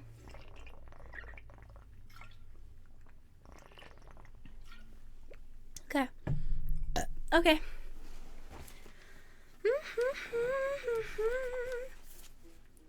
We have 2 more chapters to go, and I only have 45 minutes.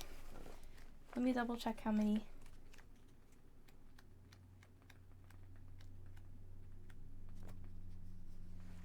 Okay, yeah. I can do it. This many more pages. We got it. Oops, sorry. I kicked my desk. Alright. Chapter 9. I am offered a quest. The next morning, Chiron moved me to cabin 3. I didn't have to share it with anybody. I had plenty of room for all my stuff. The Minotaur's horn. One set of spare horns? Wait, that was wrong. The Minotaur's horn. One set of spare clothes and a toiletry bag. I got to sit at my own dinner table, pick all of my own activities, call lights out whenever I felt like it, and not listen to anybody else. And I was also absolutely miserable.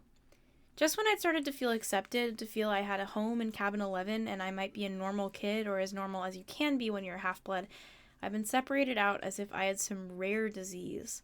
Nobody mentioned the hellhound, but I got the feeling they were all talking about it behind my back.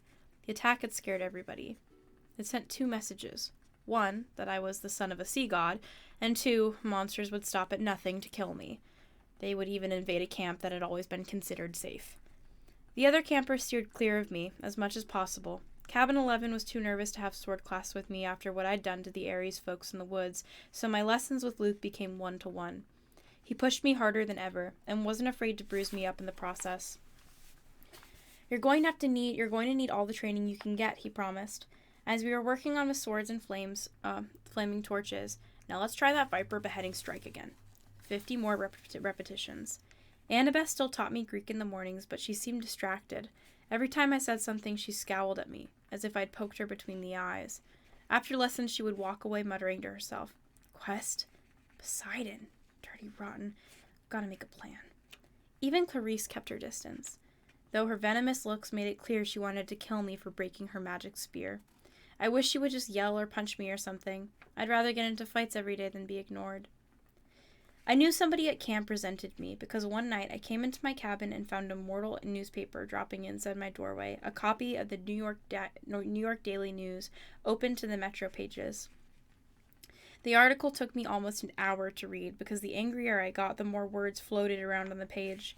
Boy and mother still missing after freak car accident, by Eileen Smith. Sally Jackson and son Percy are still missing 1 week after the mysterious disappearance. The family's badly burned 78 Camaro was discovered last Saturday on a North Long Island road with the roof ripped off and front axle broken. The car had flipped and skidded for several hundred feet before exploding. Mother and son had gone for a weekend vacation to Montauk but left hastily under mysterious circumstances. Small traces of blood were found in a car and near the scene of the wreck, but there was no other sign of the missing Jacksons. Residents in the rural area reported seeing nothing unusual about the time of the accident. Mrs. Jackson's husband, Gabe Ugliano, claims that his stepson, Percy Jackson, is a troubled kid who had been kicked out of numerous boarding schools and had expressed violent tendencies in the past. Police would not say whether son Percy is a suspect in his mother's disappearance, but they have not ruled out foul play. Below are recent pictures of Sally Jackson and Percy. Police urge anyone with information to call the following toll-free Crime Stoppers hotline. Okay. I missed it. Sorry. The phone number was circled in a black marker. I wadded up the paper and threw it away, then flopped down the bunk bed in the middle of the empty cabin. Lights out, I told myself miserably. That night, I had my worst dream yet. I was running along the beach in a storm. This time, there was a city behind me. Not New York. The sprawl was different. Buildings spread further apart, palm trees and low hills in the distance. About 100 yards down the surf, two men were fighting. They looked like TV wrestlers, muscular with beards and long hair. Both wore flowing Greek tunics, one trimmed in blue, the other in green. They grappled with each other, wrestled, kicked, and headbutted, and every time they connected, lightning flashed, the sky grew darker, and the wind rose. I had to stop them. I didn't know why, but the harder I ran, the more the wind blew me back until I was running in place, my heels digging uselessly in the sand.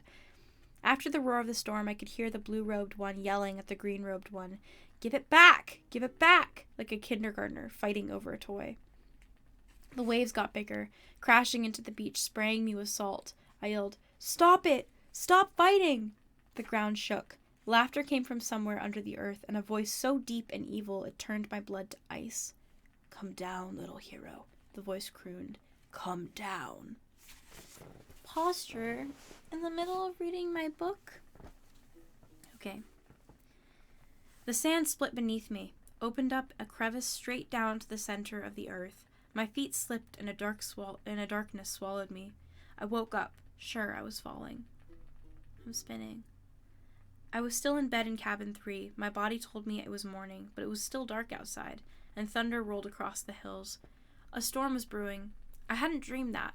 I heard a clopping sound at the door, a hoof knocking on the threshold. "Come in?" Grover trotted inside, looking worried. "Mr. D wants to see you." "Why?" "He wants to I'd better let him tell you." Nervously, I got dressed and followed, sure that I was in huge trouble. For days, I had been half expecting a summons to the big house. Now that I was declared son of Poseidon, one of the big 3 gods who weren't supposed to have kids, I figured it was a crime for me to just be alive. The other gods had probably been debating the best way to punish me for existing, and now Mr. D was ready to deliver their verdict. Over Long Island Sound, the sky looked like ink soup coming to a boil. A hazy curtain of rain was coming into our direction. I asked Grover if we needed an umbrella. "No," he said. "It never rains here unless we want it to." I pointed at the storm. "What the heck is that, then?" He glanced uneasily at the sky. "It'll pass around us. Bad weather always does." I realized he was right. In the week I'd been here, it had never been overcast. The few rain clouds I'd seen had skirted right around the edges of the valley. But this one was huge. At the volleyball pit, the kids from Apollo's cabin were playing a morning game against the satyrs. Dionysus's twins were walking around in the strawberry field making the plants grow. Everybody was going about their normal business, but they looked tense. They kept their eyes on the storm. Grover and I walked up to the front porch of the big house. Dionysus sat at the pinochle table in his tiger-striped Hawaiian shirt with his Diet Coke, just as he had on the first day. Chiron sat across the table in his fake wheelchair. They were playing against some invisible opponents, 2 sets of cards hovering in the air. "Well now," Mr. D said, without looking up. "Our little celebrity." I waited. "Come closer," Mr. D said. "And I don't expect me to know...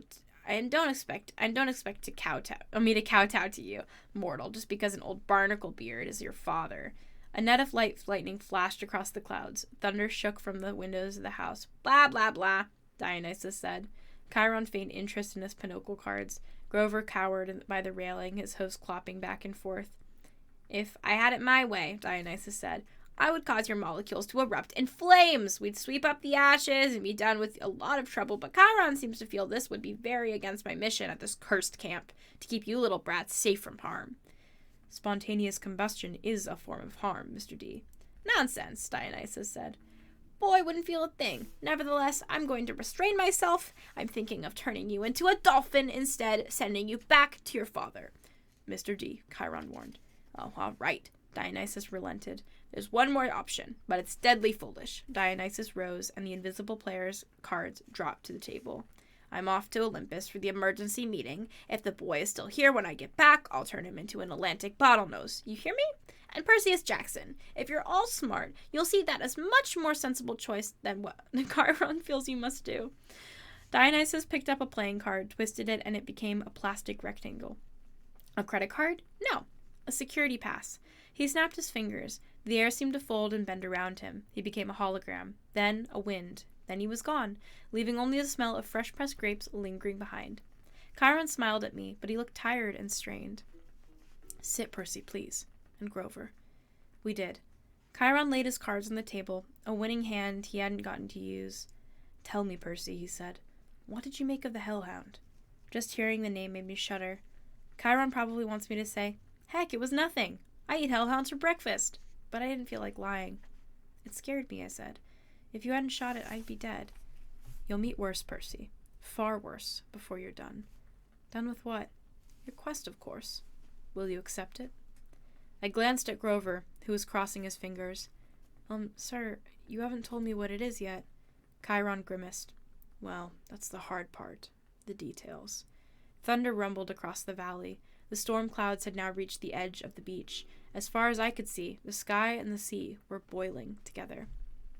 Poseidon and Zeus, he said. They're fighting over something valuable. Something that was stolen. Aren't they?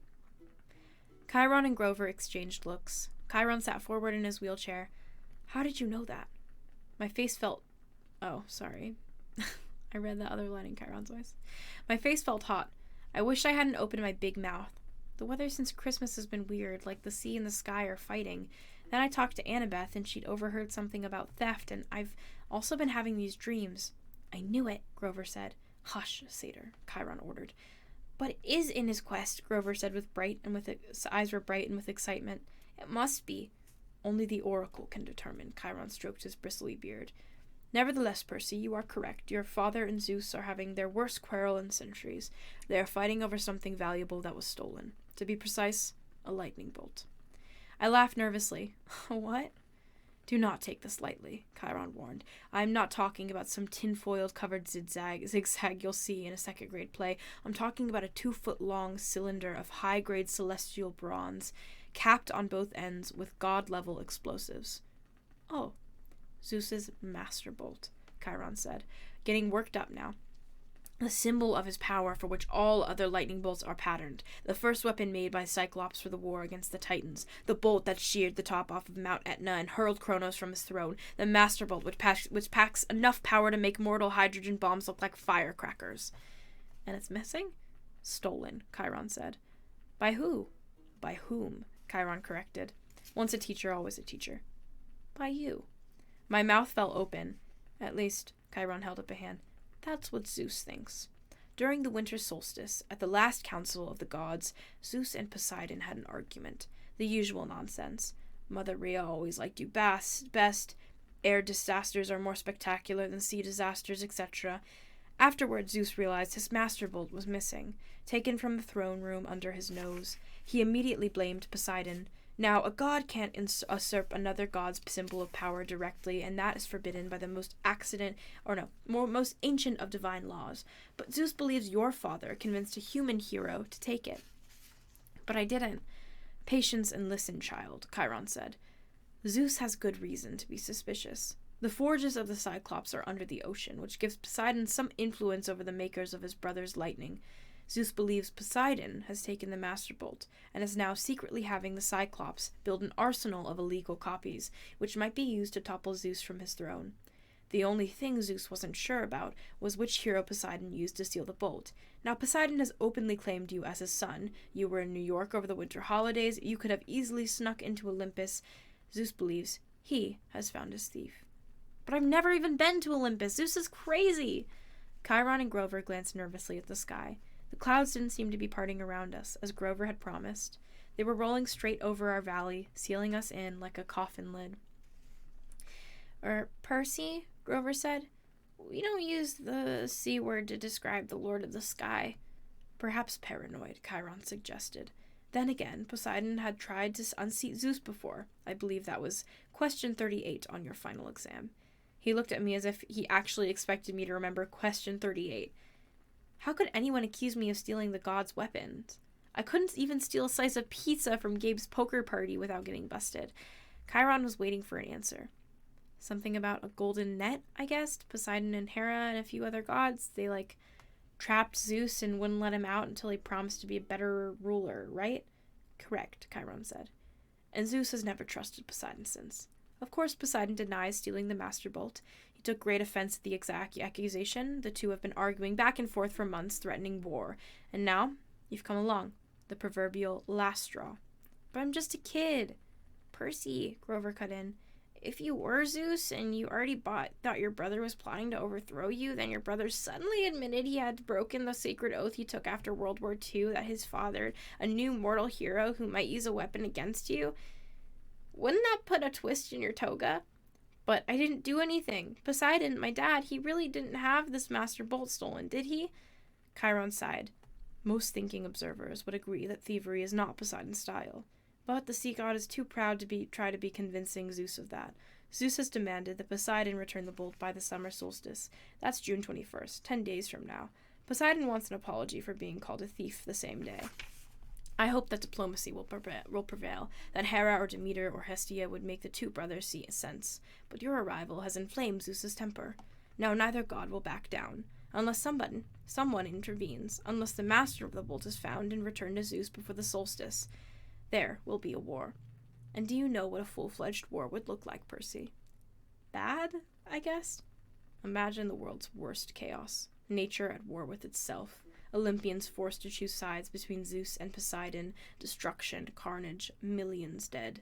Western civilization turned into a battleground so big it will make the Trojan War look like a water balloon fight. Bad, I repeated. And you, Percy Jackson, would be the first to feel Zeus's wrath. It started to rain. Volleyball players stopped their game and stared in stunned silence at the sky. I had brought the storm to Camp Half-Blood Hill. Zeus was punishing the whole camp because of me. I was furious. So, I have to find this stupid bolt, I said, and return it to Zeus? What better peace offering, Chiron says, than to have the son of Poseidon return Zeus's property? If Poseidon doesn't have it, where is the thing? I believe I know. Chiron's expression was grim. Part of a prophecy I had years ago. Well, some of the lines make sense to me now, but before I can say more, you must officially take the quest. You must seek the counsel of the oracle. Why can't you just tell me where the bolt is beforehand? Because if I did, you would be too afraid to accept the challenge. I swallowed. Good reason. You agree, then? I looked at Grover, who nodded encouragingly.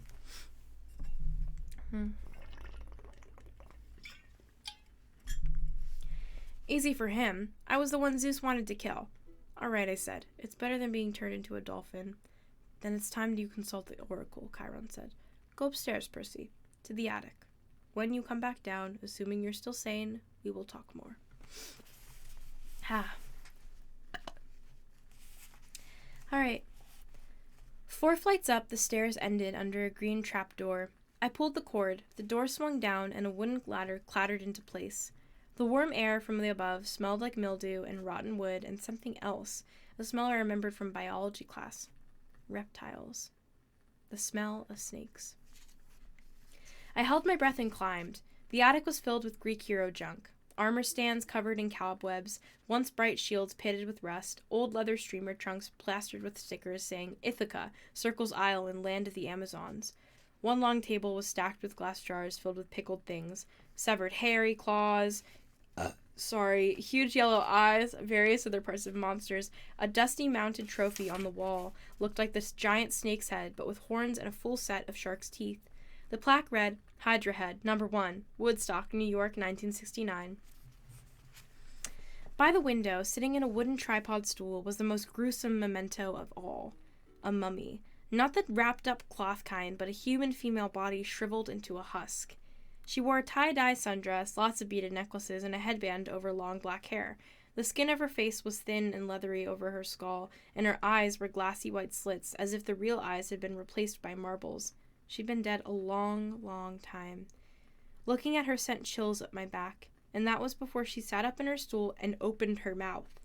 A green mist poured from the mummy's mouth, coiling over the floor in thick tendrils, hissing like 20,000 snakes. I stumbled over myself trying to get to the trap door, but it slammed shut. Inside my head I heard a voice, slithering into one ear and coiling around my brain.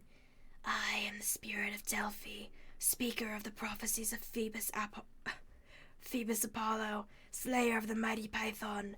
Approach, seeker, and ask. I wanted to say, no thanks, wrong door, just looking for the bathroom, but I forced myself to take a deep breath. Okay. The mummy wasn't alive. She was some kind of gruesome receptacle for something else, the power that was now swirling around in me in the green mist. But its presence didn't feel evil, like my demonic math teacher, Mrs. Dodds, or the Minotaur.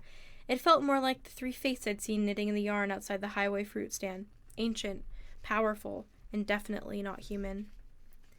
Interested in killing me, but not particularly interested in killing me either. I got the courage to ask, what's my destiny? The mist swirled more thickly, collecting right in front of me and around the table with the pickled monster parts jars. Suddenly, there were 4 men sitting at the table, playing cards. Their faces became clear. It was Smelly Gabe and his buddies. My fists clenched, though I knew this poker party couldn't be real.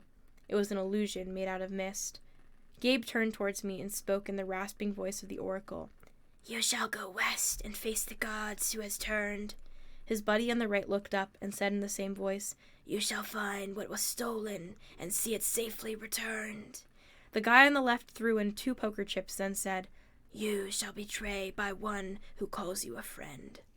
Finally, Eddie, our building super, delivered the worst line of all. And you shall fail to save what matters most in the end. The figures began to dissolve. At first I was too stunned to say anything, but as the mist retreated, coiling into a huge green serpent and slithering back into the mouth of the mummy, I cried, Wait, what do you mean? What friend? What will I fail to serve? The tail of the mist snake disappeared into the mummy's mouth. She reclined back against the wall, her mouth closing tight as if she hadn't been opened in 100 years. The attic was silent again. Abandoned, and nothing but a room full of mementos. I got the feeling that I could stand here until I had cobwebs too, and I wouldn't learn anything else. My audience with the oracle was over. Well, Chiron asked me. I slumped into the chair at the pinochle table. She said I would not retrieve what was stolen. Grover sat forward, chewing excitedly on the remains of the Diet Coke can. That's great! What did the oracle say exactly? Chiron pressed. This is important. My ears were still tingling from the reptilian voice. She said I would go west and face a god who had turned. I would retrieve what was stolen and see it safely returned. I knew it, Grover said. Chiron didn't look satisfied. Anything else? I didn't want to tell him. What friend would betray me? I didn't want that. I didn't have that many. And the last line, I would fail to save what mattered most. What kind of oracle would send me on a quest and tell me, oh, by the way, you'll fail? How could I confess that? No, I said, that's about it. He studied my face. Very well, Percy, but know this. The oracle's words often have double meanings. Don't dwell on them too much. The truth is not always clear until events come to pass. I got the feeling he knew I was holding something back, and something bad, and he was trying to make me feel better. Okay, I said, anxious to change topics. So where do I go? Who's this god in the west? I think Percy. Now think, Percy, Chiron said. If Zeus and Poseidon weaken each other in war, who stands to gain? Somebody else who wants to take over, I guess? Yes, somebody who harbors a grudge. Who has been unhappy with his lot since the world was divided eons ago. Whose kingdom would grow powerful with the deaths of millions. Someone who hates his brothers for forcing him into an oath to have no more children, an oath that both of them have now broken. I thought about my dreams, the evil voice that had spoken from the underground. Hades. Chiron nodded. The Lord of the Dead is the only possibility. A scrap of aluminum dribbled out of Grover's mouth. Whoa, wait. What? A fury came out of Percy, Chiron reminded him. She watched the young man until... Fury came after Percy, Chiron reminded him. She watched the young man until she was sure of his identity, and then she tried to kill him. Furies obey only one lord. Hades. Yeah, but... Hades hates all heroes, Grover protested, especially if he's found out Percy is a son of Poseidon. A hellhound got into the forest, Chiron continued. Those can only be summoned from the fields of punishment, and it had to be summoned by someone within the camp. Hades must have a spy here. He must suspect Poseidon will try to use Percy to clear his name. Hades would very much like to kill this young half-blood before he can take on the quest. Great, I muttered. That's 2 major gods who want to kill me. But a quest too, Grover swallowed. I mean, couldn't the Master Bolt be in some place like Maine? Maine's very nice this time of year. Hades sent a minion to steal the Master Bolt, Chiron insisted. He hid it in the underworld, knowing full well that Zeus would blame Poseidon. I don't pretend to understand the Lord of the Dead's motives perfectly, or why he would choose this time to start a war, but one thing is certain. Percy must go to the underworld, find the Master Bolt, and reveal the truth. A strange fire burned in my stomach. The weirdest thing was, it wasn't fear, it was anticipation. Thank you, Volts, for the sub. The desire for revenge. Hades had tried to kill me 3 times so far, with the Fury, the Minotaur, and the Hellhound. It was his fault my mother had disappeared into a flash of light. Now he was trying to frame me and my dad for a theft we hadn't committed. I was ready to take him on. Besides, if my mother was in the underworld... Whoa, boy, said the small part of my brain that was still sane. You're a kid. Hades is a god.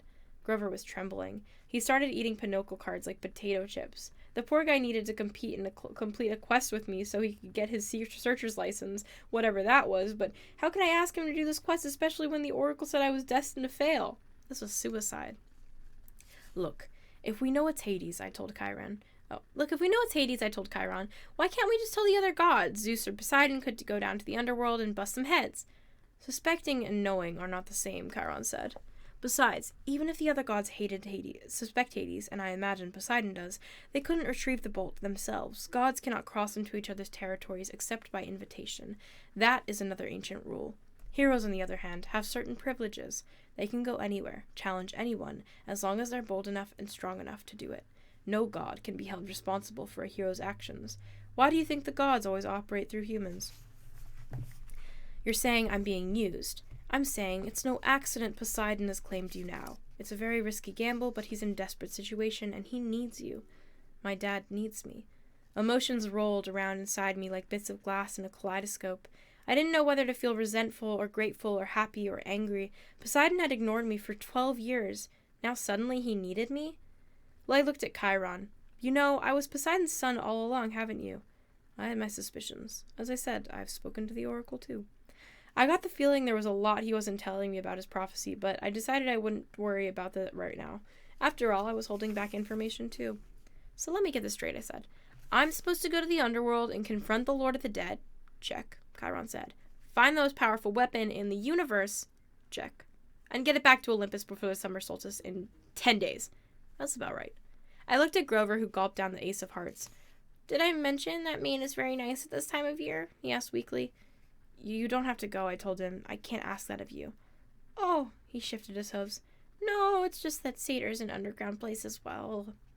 He took a deep breath, then stood, brushing the shredded cards and aluminum bits off his t-shirt. You saved my life, Percy. If you're serious about wanting me along, I won't let you down. I felt so relieved I wanted to cry, though I didn't think that it would be very heroic. Grover was the only friend I'd ever had for longer than a few months. I wasn't sure what good a satyr could do against the forces of the dead, but I felt better knowing he'd be with me. All the way, G-Man. I turned to Chiron. So, where do we go? The Oracle just said to go west.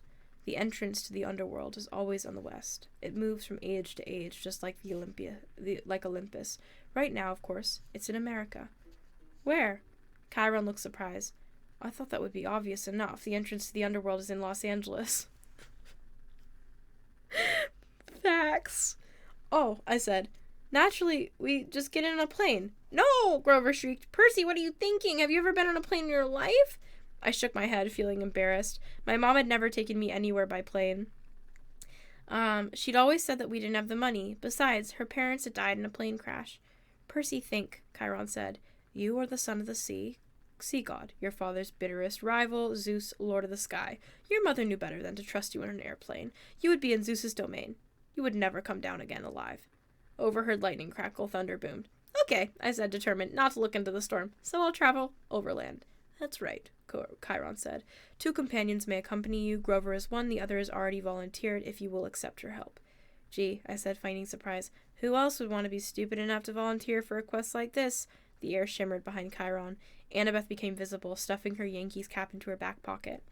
I've been waiting a long time for a quest, seaweed brain, she said. Athena is no fan of Poseidon, but if you're going to save the world, I'm the best person to keep you from messing up. If you do say so yourself, I said. I suppose you have a plan, wise girl? Her cheeks colored. Do you want my help or not? The truth was, I did. I needed all the help I could get. A trio, I said. That'll work. Excellent, Chiron said. This afternoon we can take you as far as the bus terminal in Manhattan. After that, you are on your own. Lightning flashed. Rain poured down over the meadows that were never supposed to have violent weather. No time to waste, Chiron said. I think you should all get packing.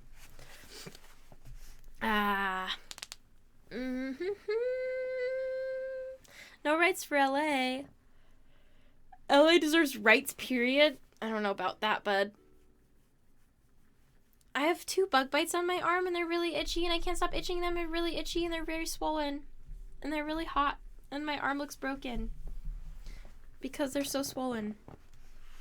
How's Chad doing? Let me check in with you all for a second.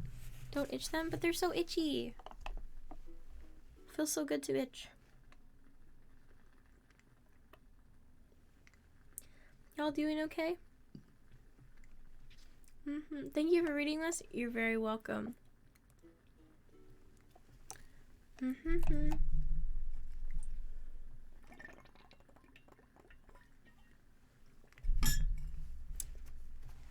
Today is last day of Ramadan, so no more fasting.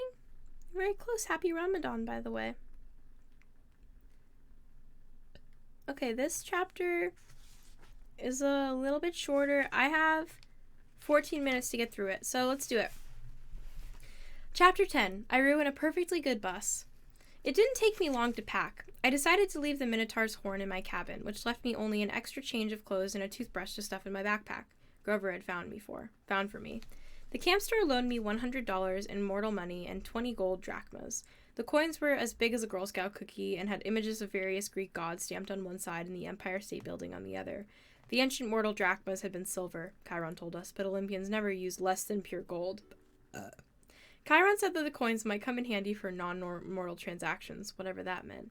He gave Annabeth and me each a canteen of nectar in a Ziploc bag. Where is it? Where did I go? Ziploc bag full of ambrosia squares to be used only in emergencies, if we were seriously hurt. It was god food, Chiron reminded us. It would cure us of almost any injury, but it was very lethal to mortals. Too much of it would make a half-blood very, very feverish. An overdose would burn us up. Literally.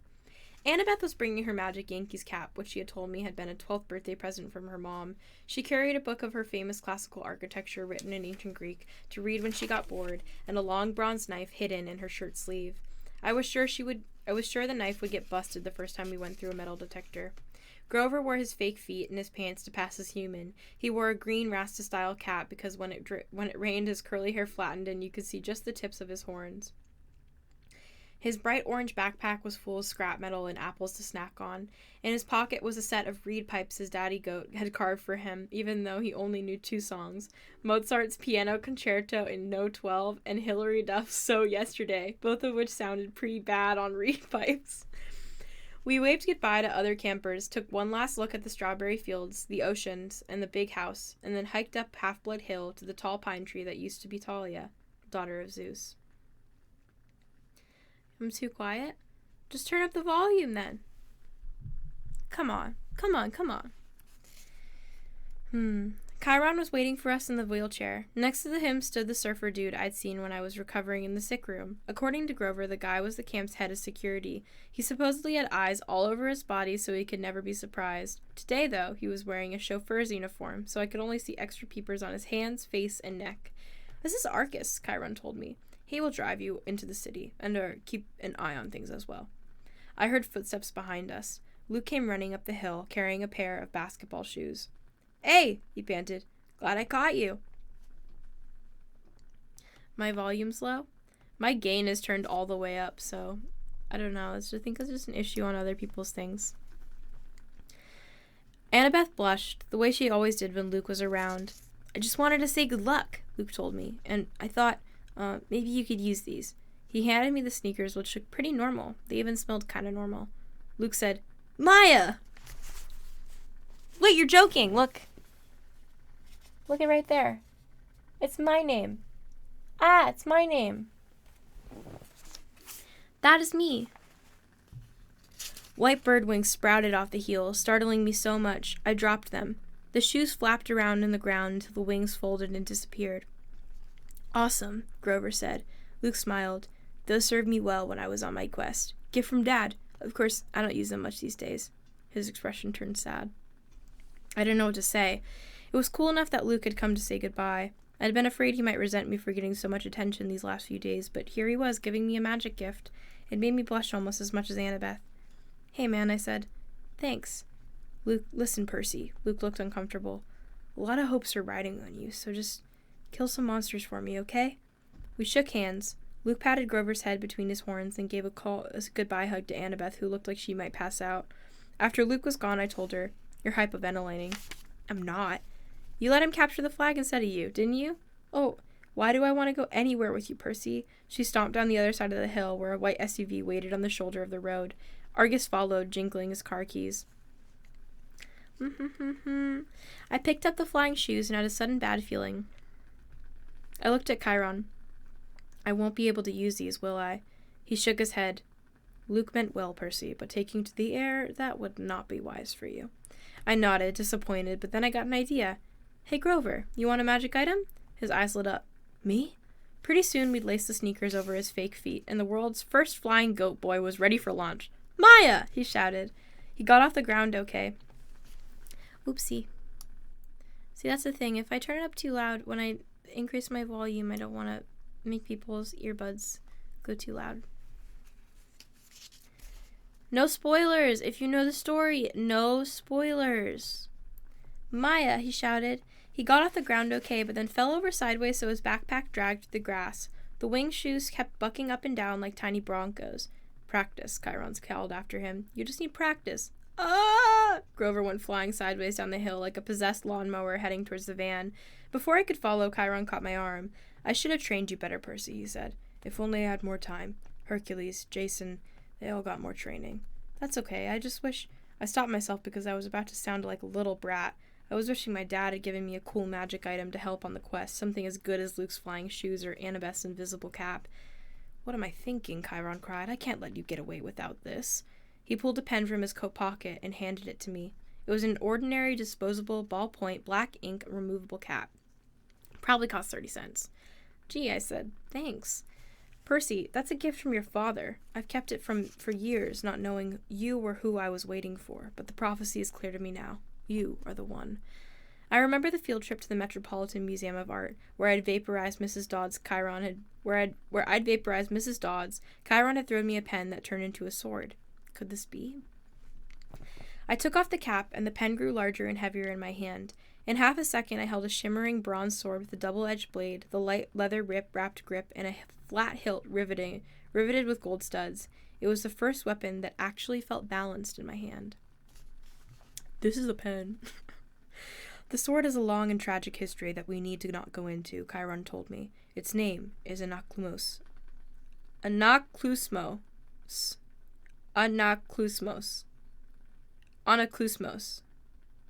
Riptide, I translated. Surprised the ancient Greek came so easily. Use it only for emergencies, Chiron said, and only against monsters. No hero should harm mortals unless absolutely necessary, of course, but this sword wouldn't harm them in any case. Oh my god. Riptide. I looked at the wickedly sharp blade. What do you mean it wouldn't harm mortals? How could it not? The sword is celestial bronze, forged by the Cyclops, tempered in the heart of Mount Etna, cooled in the river of Lethe. It's deadly to monsters, to any creature from the underworld, provided they don't kill you first. But the blade will pass through mortals like an illusion. They simply are not important enough for the blade to kill. And I should warn you, as a demigod, you can be killed by either celestial or normal weapons. You are twice as vulnerable. Good to know. Now recap the pen. I touched the bent poly pen cap to the siptord, and instantly the riptide shrank into a ballpoint pen again. I tucked it in my pocket, a little nervous, because I was famous for losing pens at school. You can't, Chiron said. Can't what? Lose the pen, he said. It's enchanted. It will always reappear in your pocket. Try it. I was wary, but I threw the pen as far as I could down the hill and watched it disappear into the grass. It may take a few moments, Chiron told me. Now, check your pocket. Thank you, B, for the sub. Sure, okay, the pen was there. Okay, that's extremely cool, I admitted, but if a mortal sees me pulling out a sword... Chiron smiled. Mist is a powerful thing, Percy. Mist? Yes. Read the Iliad. It's full of references to the stuff, whether divine or monstrous elements mix with the more mortal world. They generate mist, which obscures the vision of humans. You will see things just as they are, being half-blood, but humans will interpret things quite differently. Remarkable, really, the lengths to which humans will go to fit things into their versions of reality. I put Riptide back in my pocket. For the first time, the quest felt real. I was actually leaving Half-Blood Hill. I was heading west with no adult supervision, no backup plan, not even a cell phone. Chiron said cell phones were traceable by monsters. If we used one, it would be worse than sending up a flare. I had no weapon stronger than a sword to fight off monsters and reach the land of the dead. Chiron, I said, when you said the gods are mortal, I mean, there was a time before them, right? 4 ages before them, actually. The time of the Titans was the 4th age, sometimes called the Golden Age, which is definitely a misnomer. This, the time of the Western civilization and the rule of Zeus, is the 5th age. So what was it like before the gods? Chiron pursed his lip. Even I am not old enough to remember that, child. But I know that it was a time of darkness and savagery for mortals. Kronos, the lord of the Titans, called his reign the Golden Age because men lived innocent and free of all knowledge. But that was mere propaganda. The Titan King cared nothing for your kind except as appetizers or a source of cheap entertainment. It was only in the early reign of Lord Zeus, when Prometheus, the good Titan, brought fire to mankind, that your species began to progress, and that even then Prometheus was branded a radical thinker. Zeus punished him severely, as you may recall. Of course, even though the gods warmed to humans and Western civilizations. Eventually, the gods warmed to human, and Western civilization was born. But the gods can't die right now, right? I mean, as long as Western civilization is alive, they're alive. So even if I failed, nothing bad would happen. It would just mess up everything, right? Chiron gave me a melancholy smile. No one even knows how long the Age of the West will last, Percy. The gods are immortal, yes, but then so were the Titans. They still exist. Locked away in their various prisons, forced to endure endless pain and punishment, reduced in power, but still very much alive. May the fates forbid that the gods should ever suffer such a doom, or that we should ever return to the darkness and chaos of the past. All we can do, child, is follow our destiny. Our destiny, assuming we know what that is. Relax, Chiron told me. Keep a clear head, and remember you may be about to prevent the biggest war of human history. Relax, I said. I am very relaxed. When I got to the bottom of the hill, I looked back. Under the pine tree that used to be Talia, daughter of Zeus, Chiron was now standing in a full horseman form, holding his bow high in salute, just your typical summer camp send-off by your typical centaur. Angus drove us out of the countryside and into a western Long Island. It felt weird to be on highway again, Annabeth and Grover sitting next to me as if we were normal carpoolers. After 2 weeks at Half-Blood Hill, the real world seemed like a fantasy. I found myself staring at every McDonald's, every kid in the back of a parent's car, every billboard and shopping mall. So far so good, I told Annabeth. 10 miles and not a single monster. She gave me an irritated look. It's bad luck to talk that way, seaweed brain. Remind me again, why do you hate me so much? I don't hate you. Could have fooled me. She folded her cap of invisibility. Look, we're just not supposed to get along, okay? Our parents are rivals. Why? She sighed. How many reasons do you want? One time my mom caught Poseidon with his girlfriend in Athena's temple, which is hugely disrespectful. Another time Athena and Poseidon competed to be the patron god for the city of Athens. Your dad created some stupid saltwater spring for his gift. My mom created the olive tree. The people saw that her gift was better, so they named the city after her. They must really like olives. Oh, forget it. Now, if she'd invented pizza, that I could understand. I said forget it. In the front seat, Argus smiled. He didn't say anything, but one blue eye on the back of his neck winked at me. Traffic slowed us down in Queens. By the time we got into Manhattan, it was sunset and started to rain. Argus dropped us off at the Greyhound station on the Upper East Side, not far from my mom and Gabe's apartment. Taped in the mailbox was a soggy flyer with my picture on it. Have you seen this boy? I ripped it down before Annabeth and Grover could notice. My voice is so tired. Argus unloaded our bags, made sure that we got on our bus tickets, and then drove away, the eye on the back of his hand opening to watch us as he pulled out of the parking lot. I thought about how close I was to my old apartment. I thought about how close I was to the old apartment. On a normal day, my mom would be home from the candy store by now. Smelly Gabe was probably up there right now playing poker, not even missing her. Ooh, my voice tired. Ah! Grover shouldered his backpack. He gazed down the street in the direction I was looking. You want to know why she married him, Percy? I stared at him. Were you reading my mind or something? Just your emotions, he shrugged. Yes, I forgot to tell you that satyrs can do that. You were thinking about your mom and your stepdad, right? I nodded, wondering what else Grover might have forgotten to tell me. Your mom married Gabe for you, Grover told me. You call him smelly, but you've got no idea. That guy, his aura? Yuck. I can smell him from here. I can smell traces of him on you, and you haven't even been near him for a week. Thanks, I said. Where's the nearest shower? You should be grateful, Percy. Your stepfather smells so repulsively human he could mask the presence of any demigod. As soon as I took a whiff inside his Camaro, I knew. Gabe has been covering your scent for years. If you hadn't lived with him every summer, you probably would have been found by monsters a long time ago. Your mom stayed with him to protect you. She was a smart lady. She must have loved you a lot to put up with that guy, if that makes you feel any better. It didn't, but I forced myself not to show it. I'll see her again, I thought. She isn't gone.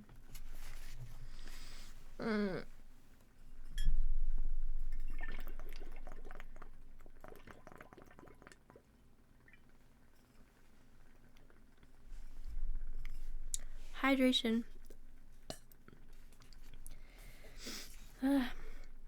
I wondered if Grover could still read my emotions, mixed up as they were. I was glad he and Annabeth were with me, but I felt guilty that I hadn't been straight with them. I hadn't told them the real reason I'd said yes to this crazy quest. The truth was, I didn't care about retrieving Zeus's lightning bolt, or saving the world, or even helping my father out of trouble. The more I thought about it, I resented Poseidon for never visiting me, never helping my mom, never even sending a lousy child support check. He'd only claimed me because he needed a job done. All I cared about was my mom. Hades had taken her unfairly, and Hades was going to give her back. You will betray one who calls you a friend, the oracle whispered in my mind. You will fail to save what matters most in the end. Shut up, I told it. The rain kept coming down. Oh my goodness, I have so many pages left. Wait 1 second, everybody. I'm supposed to be live doing something else right now, but it's pre-recorded, so how can she be in two places at once?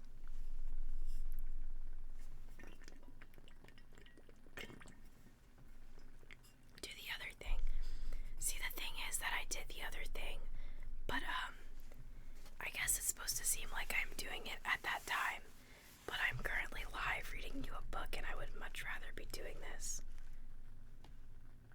It's fine, it's just my Craigslist clone. It's okay. The rain kept coming down. We got restless waiting for the bus and decided to play some hacky sack with one of Grover's apples. Annabeth was unbelievable.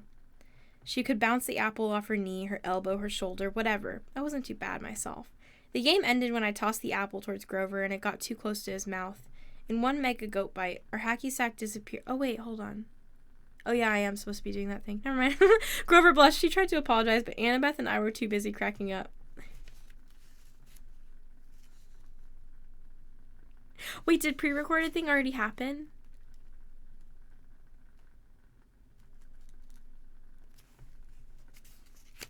Oop. Oopsie. I guess it did. Grover blushed. He tried to apologize, but Annabeth and I were too busy cracking up. Finally, the bus came. As we stood... yeah, like 30 minutes ago. Maya versus reading on... I literally can't keep track of my own schedule. I just do things when people tell me to do things, but also, I don't know. That's fine. Whatever. It's okay. Grover blushed. He tried to apologize, but Annabeth and I were too busy cracking up. Finally, the bus came. As we stood in line to board, Grover started to look around, sniffing the air like he smelled his favorite cafeteria delicacy, enchiladas. "What is it?" I asked. "I don't know," he said tensely. "Maybe it's nothing." But I could tell it wasn't nothing. I started looking over my shoulder, too. I was relieved when we finally got on board and found seats together in the back of the bus. We stowed our backpacks. Annabeth kept slapping her Yankees cap nervously against her thigh. As the last passengers got on, Annabeth clamped her hand onto my knee. Percy, an old lady, had just boarded the bus. She wore a crumpled velvet dress, lace gloves, and a shapeless orange knit hat that shadowed her face, and she carried a big paisley purse.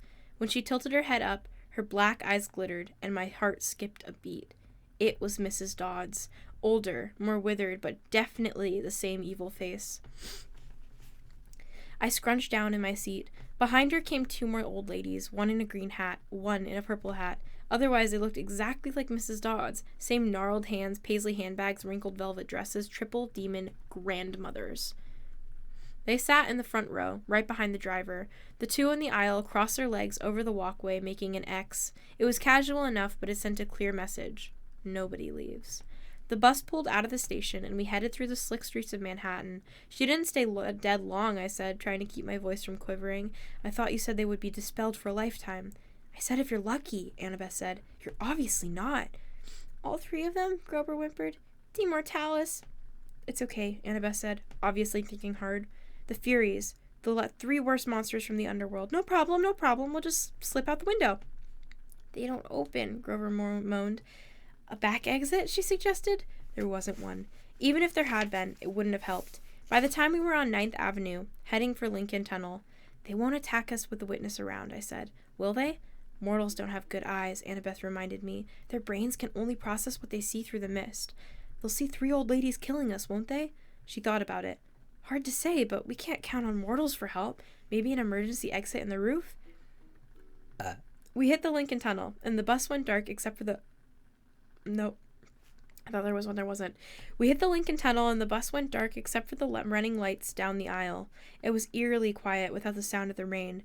Mrs. Dodds got up in a flat voice as if she'd rehearsed it, and she announced to the whole bus, "I need to use the restroom." "So do I," said the second sister. "So do I," said the third sister. They all got up, they all started coming down the aisle. "I've got it," Annabeth said. "Percy, take my hat." "What?" You're the one they want. Turn invisible and go up the aisle. Let them pass you. Maybe you can get the front and get away." "But you guys, there's an outside chance they might not notice us," Annabeth said. "You're a son of one of the big three. Your smell might be overpowering." "I can't leave you." "Don't worry about us," Grover said. "Go." My hands trembled. I felt like a coward, but I took the Yankees cap and put it on. When I looked down, my body wasn't there anymore. I started creeping up the aisle. I managed to get up 10 rows, then duck into an empty seat just as the Furies walked past. Mrs. Dodds stopped, sniffed, and looked straight at me. My heart was pounding. Apparently, she didn't see anything. She and her sisters kept going. I was free. I made it to the front of the bus. We were almost through the Lincoln Tunnel now. I was about to press the emergency stop button when I heard a hideous wailing from the back row. The old ladies were not old ladies anymore. Their faces were still the same. I guess those couldn't get any uglier. But their bodies had shriveled into leathery brown hag bodies with bat wings and hands and feet like gargoyle claws. Their handbags had turned into fiery whips. The Furies surrounded Grover and Annabeth, lashing their whips, hissing, "Where is it? Where?" The other people on the bus were screaming, cowering in their seats. They saw something, all right. "He's not here!" Annabeth yelled. "He's gone!" The Furies raised their whips. Annabeth drew her bronze knife. Grover grabbed a tin pan from a snack bag, preparing to throw it. What I did next was so impulsive and dangerous, I should have been named ADHD Poster Child of the Year. The bus driver was distracted, trying to see what was going on in the rearview mirror. Still invisible, I grabbed the wheel from him and jerked it to the left. Everybody howled as they were thrown to the right. I heard what I hoped was the sound of 3 Furies smashing against the window. "Hey!" the driver yelled. "Whoa, hey!" We wrestled the wheel. Oh gosh. There's so many voices. We wrestled for the wheel. The bus slammed against the side of the tunnel, grinding metal, throwing sparks a mile behind us. We careened out of the Lincoln Tunnel and back into the rainstorm. People and monsters tossed around the bus. Cars plowed aside like bowling pins. Somehow the driver found an exit. We shot off the highway through half a dozen traffic lights and ended up barreling down one of the New Jersey rural roads where you can't believe there's been nothing. Words! We barreled down one of those New Jersey rural roads where you can't believe there's so much nothing right across the street from New York. There were woods to our left, the Hudson River to our right, and the driver seemed to be veering towards the river. Another great idea. I hit the emergency brake. The bus wailed, spun a full circle on the wet asphalt, and crashed into the trees. The emergency lights came on. The door flew open. The bus driver was the first one out, the passengers yelling as they stampeded after him. I stepped into the bus driver's seat and let them pass. The Furies regained their balance. They lashed their whips at Annabeth while she waved her knife and yelled in ancient Greek, telling them to back off. Grover threw tin cans. I looked at the open doorway. I was free to go, but I couldn't leave my friends. I took off the invisible cap. Hey! The Furies turned, baring their yellow fangs at me, and an exit suddenly seemed like an excellent idea. Mrs. Dodds walked up the aisle, just as she used to do in class, about to deliver my F- math test. Every time she flicked her... my F-? I think that has to be F- math test. She flicked her whip. Red flames danced along the barbed... F plus not a thing. Anyways, every time she flicked her whip, red flames danced along the barbed leather. Percy S. Jackson, Mrs. Dodd said in an accent that was definitely from somewhere farther south than Georgia. Oh crap! Am I supposed to do... Can't do a fucking raspy southern voice. From the south? Percy Jackson, Mrs. Dodd said in an accent that was definitely from somewhere farther south than Georgia. You have offended the gods. Wait, frick. The south. How do I do it? Oh my god, how do I...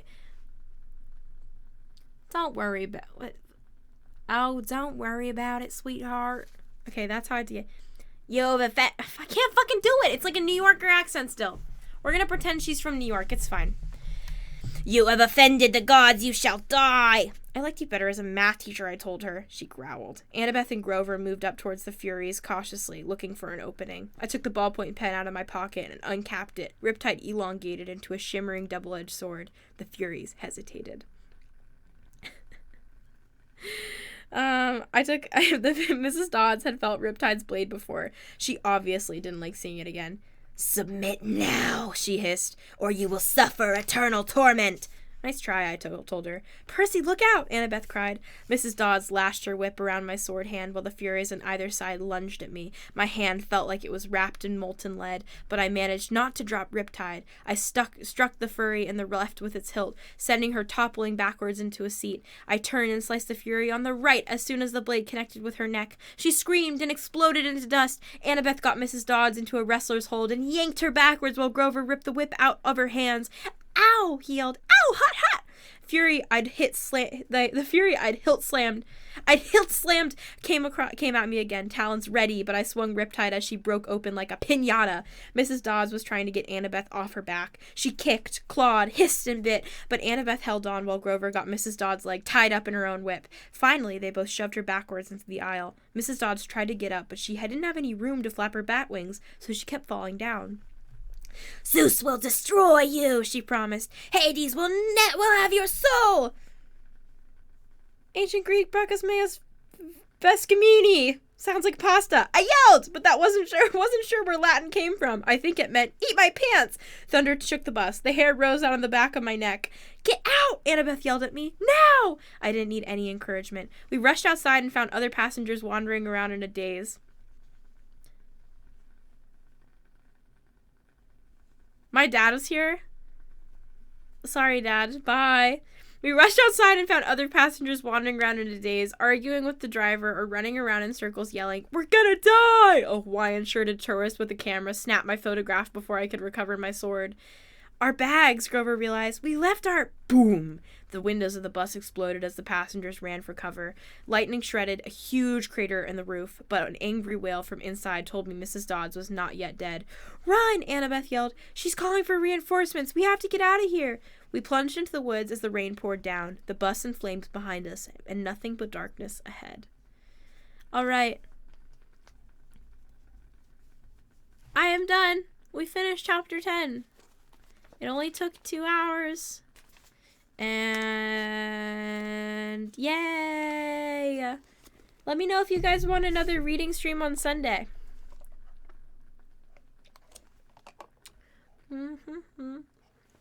For those of you who just joined, Did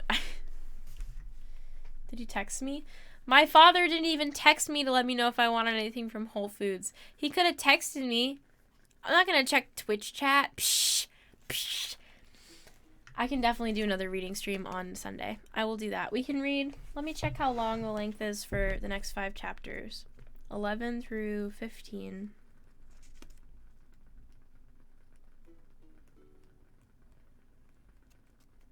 If it takes about 2 hours to read 5 chapters, we did this much today. Yeah, that's another 2-hour stream.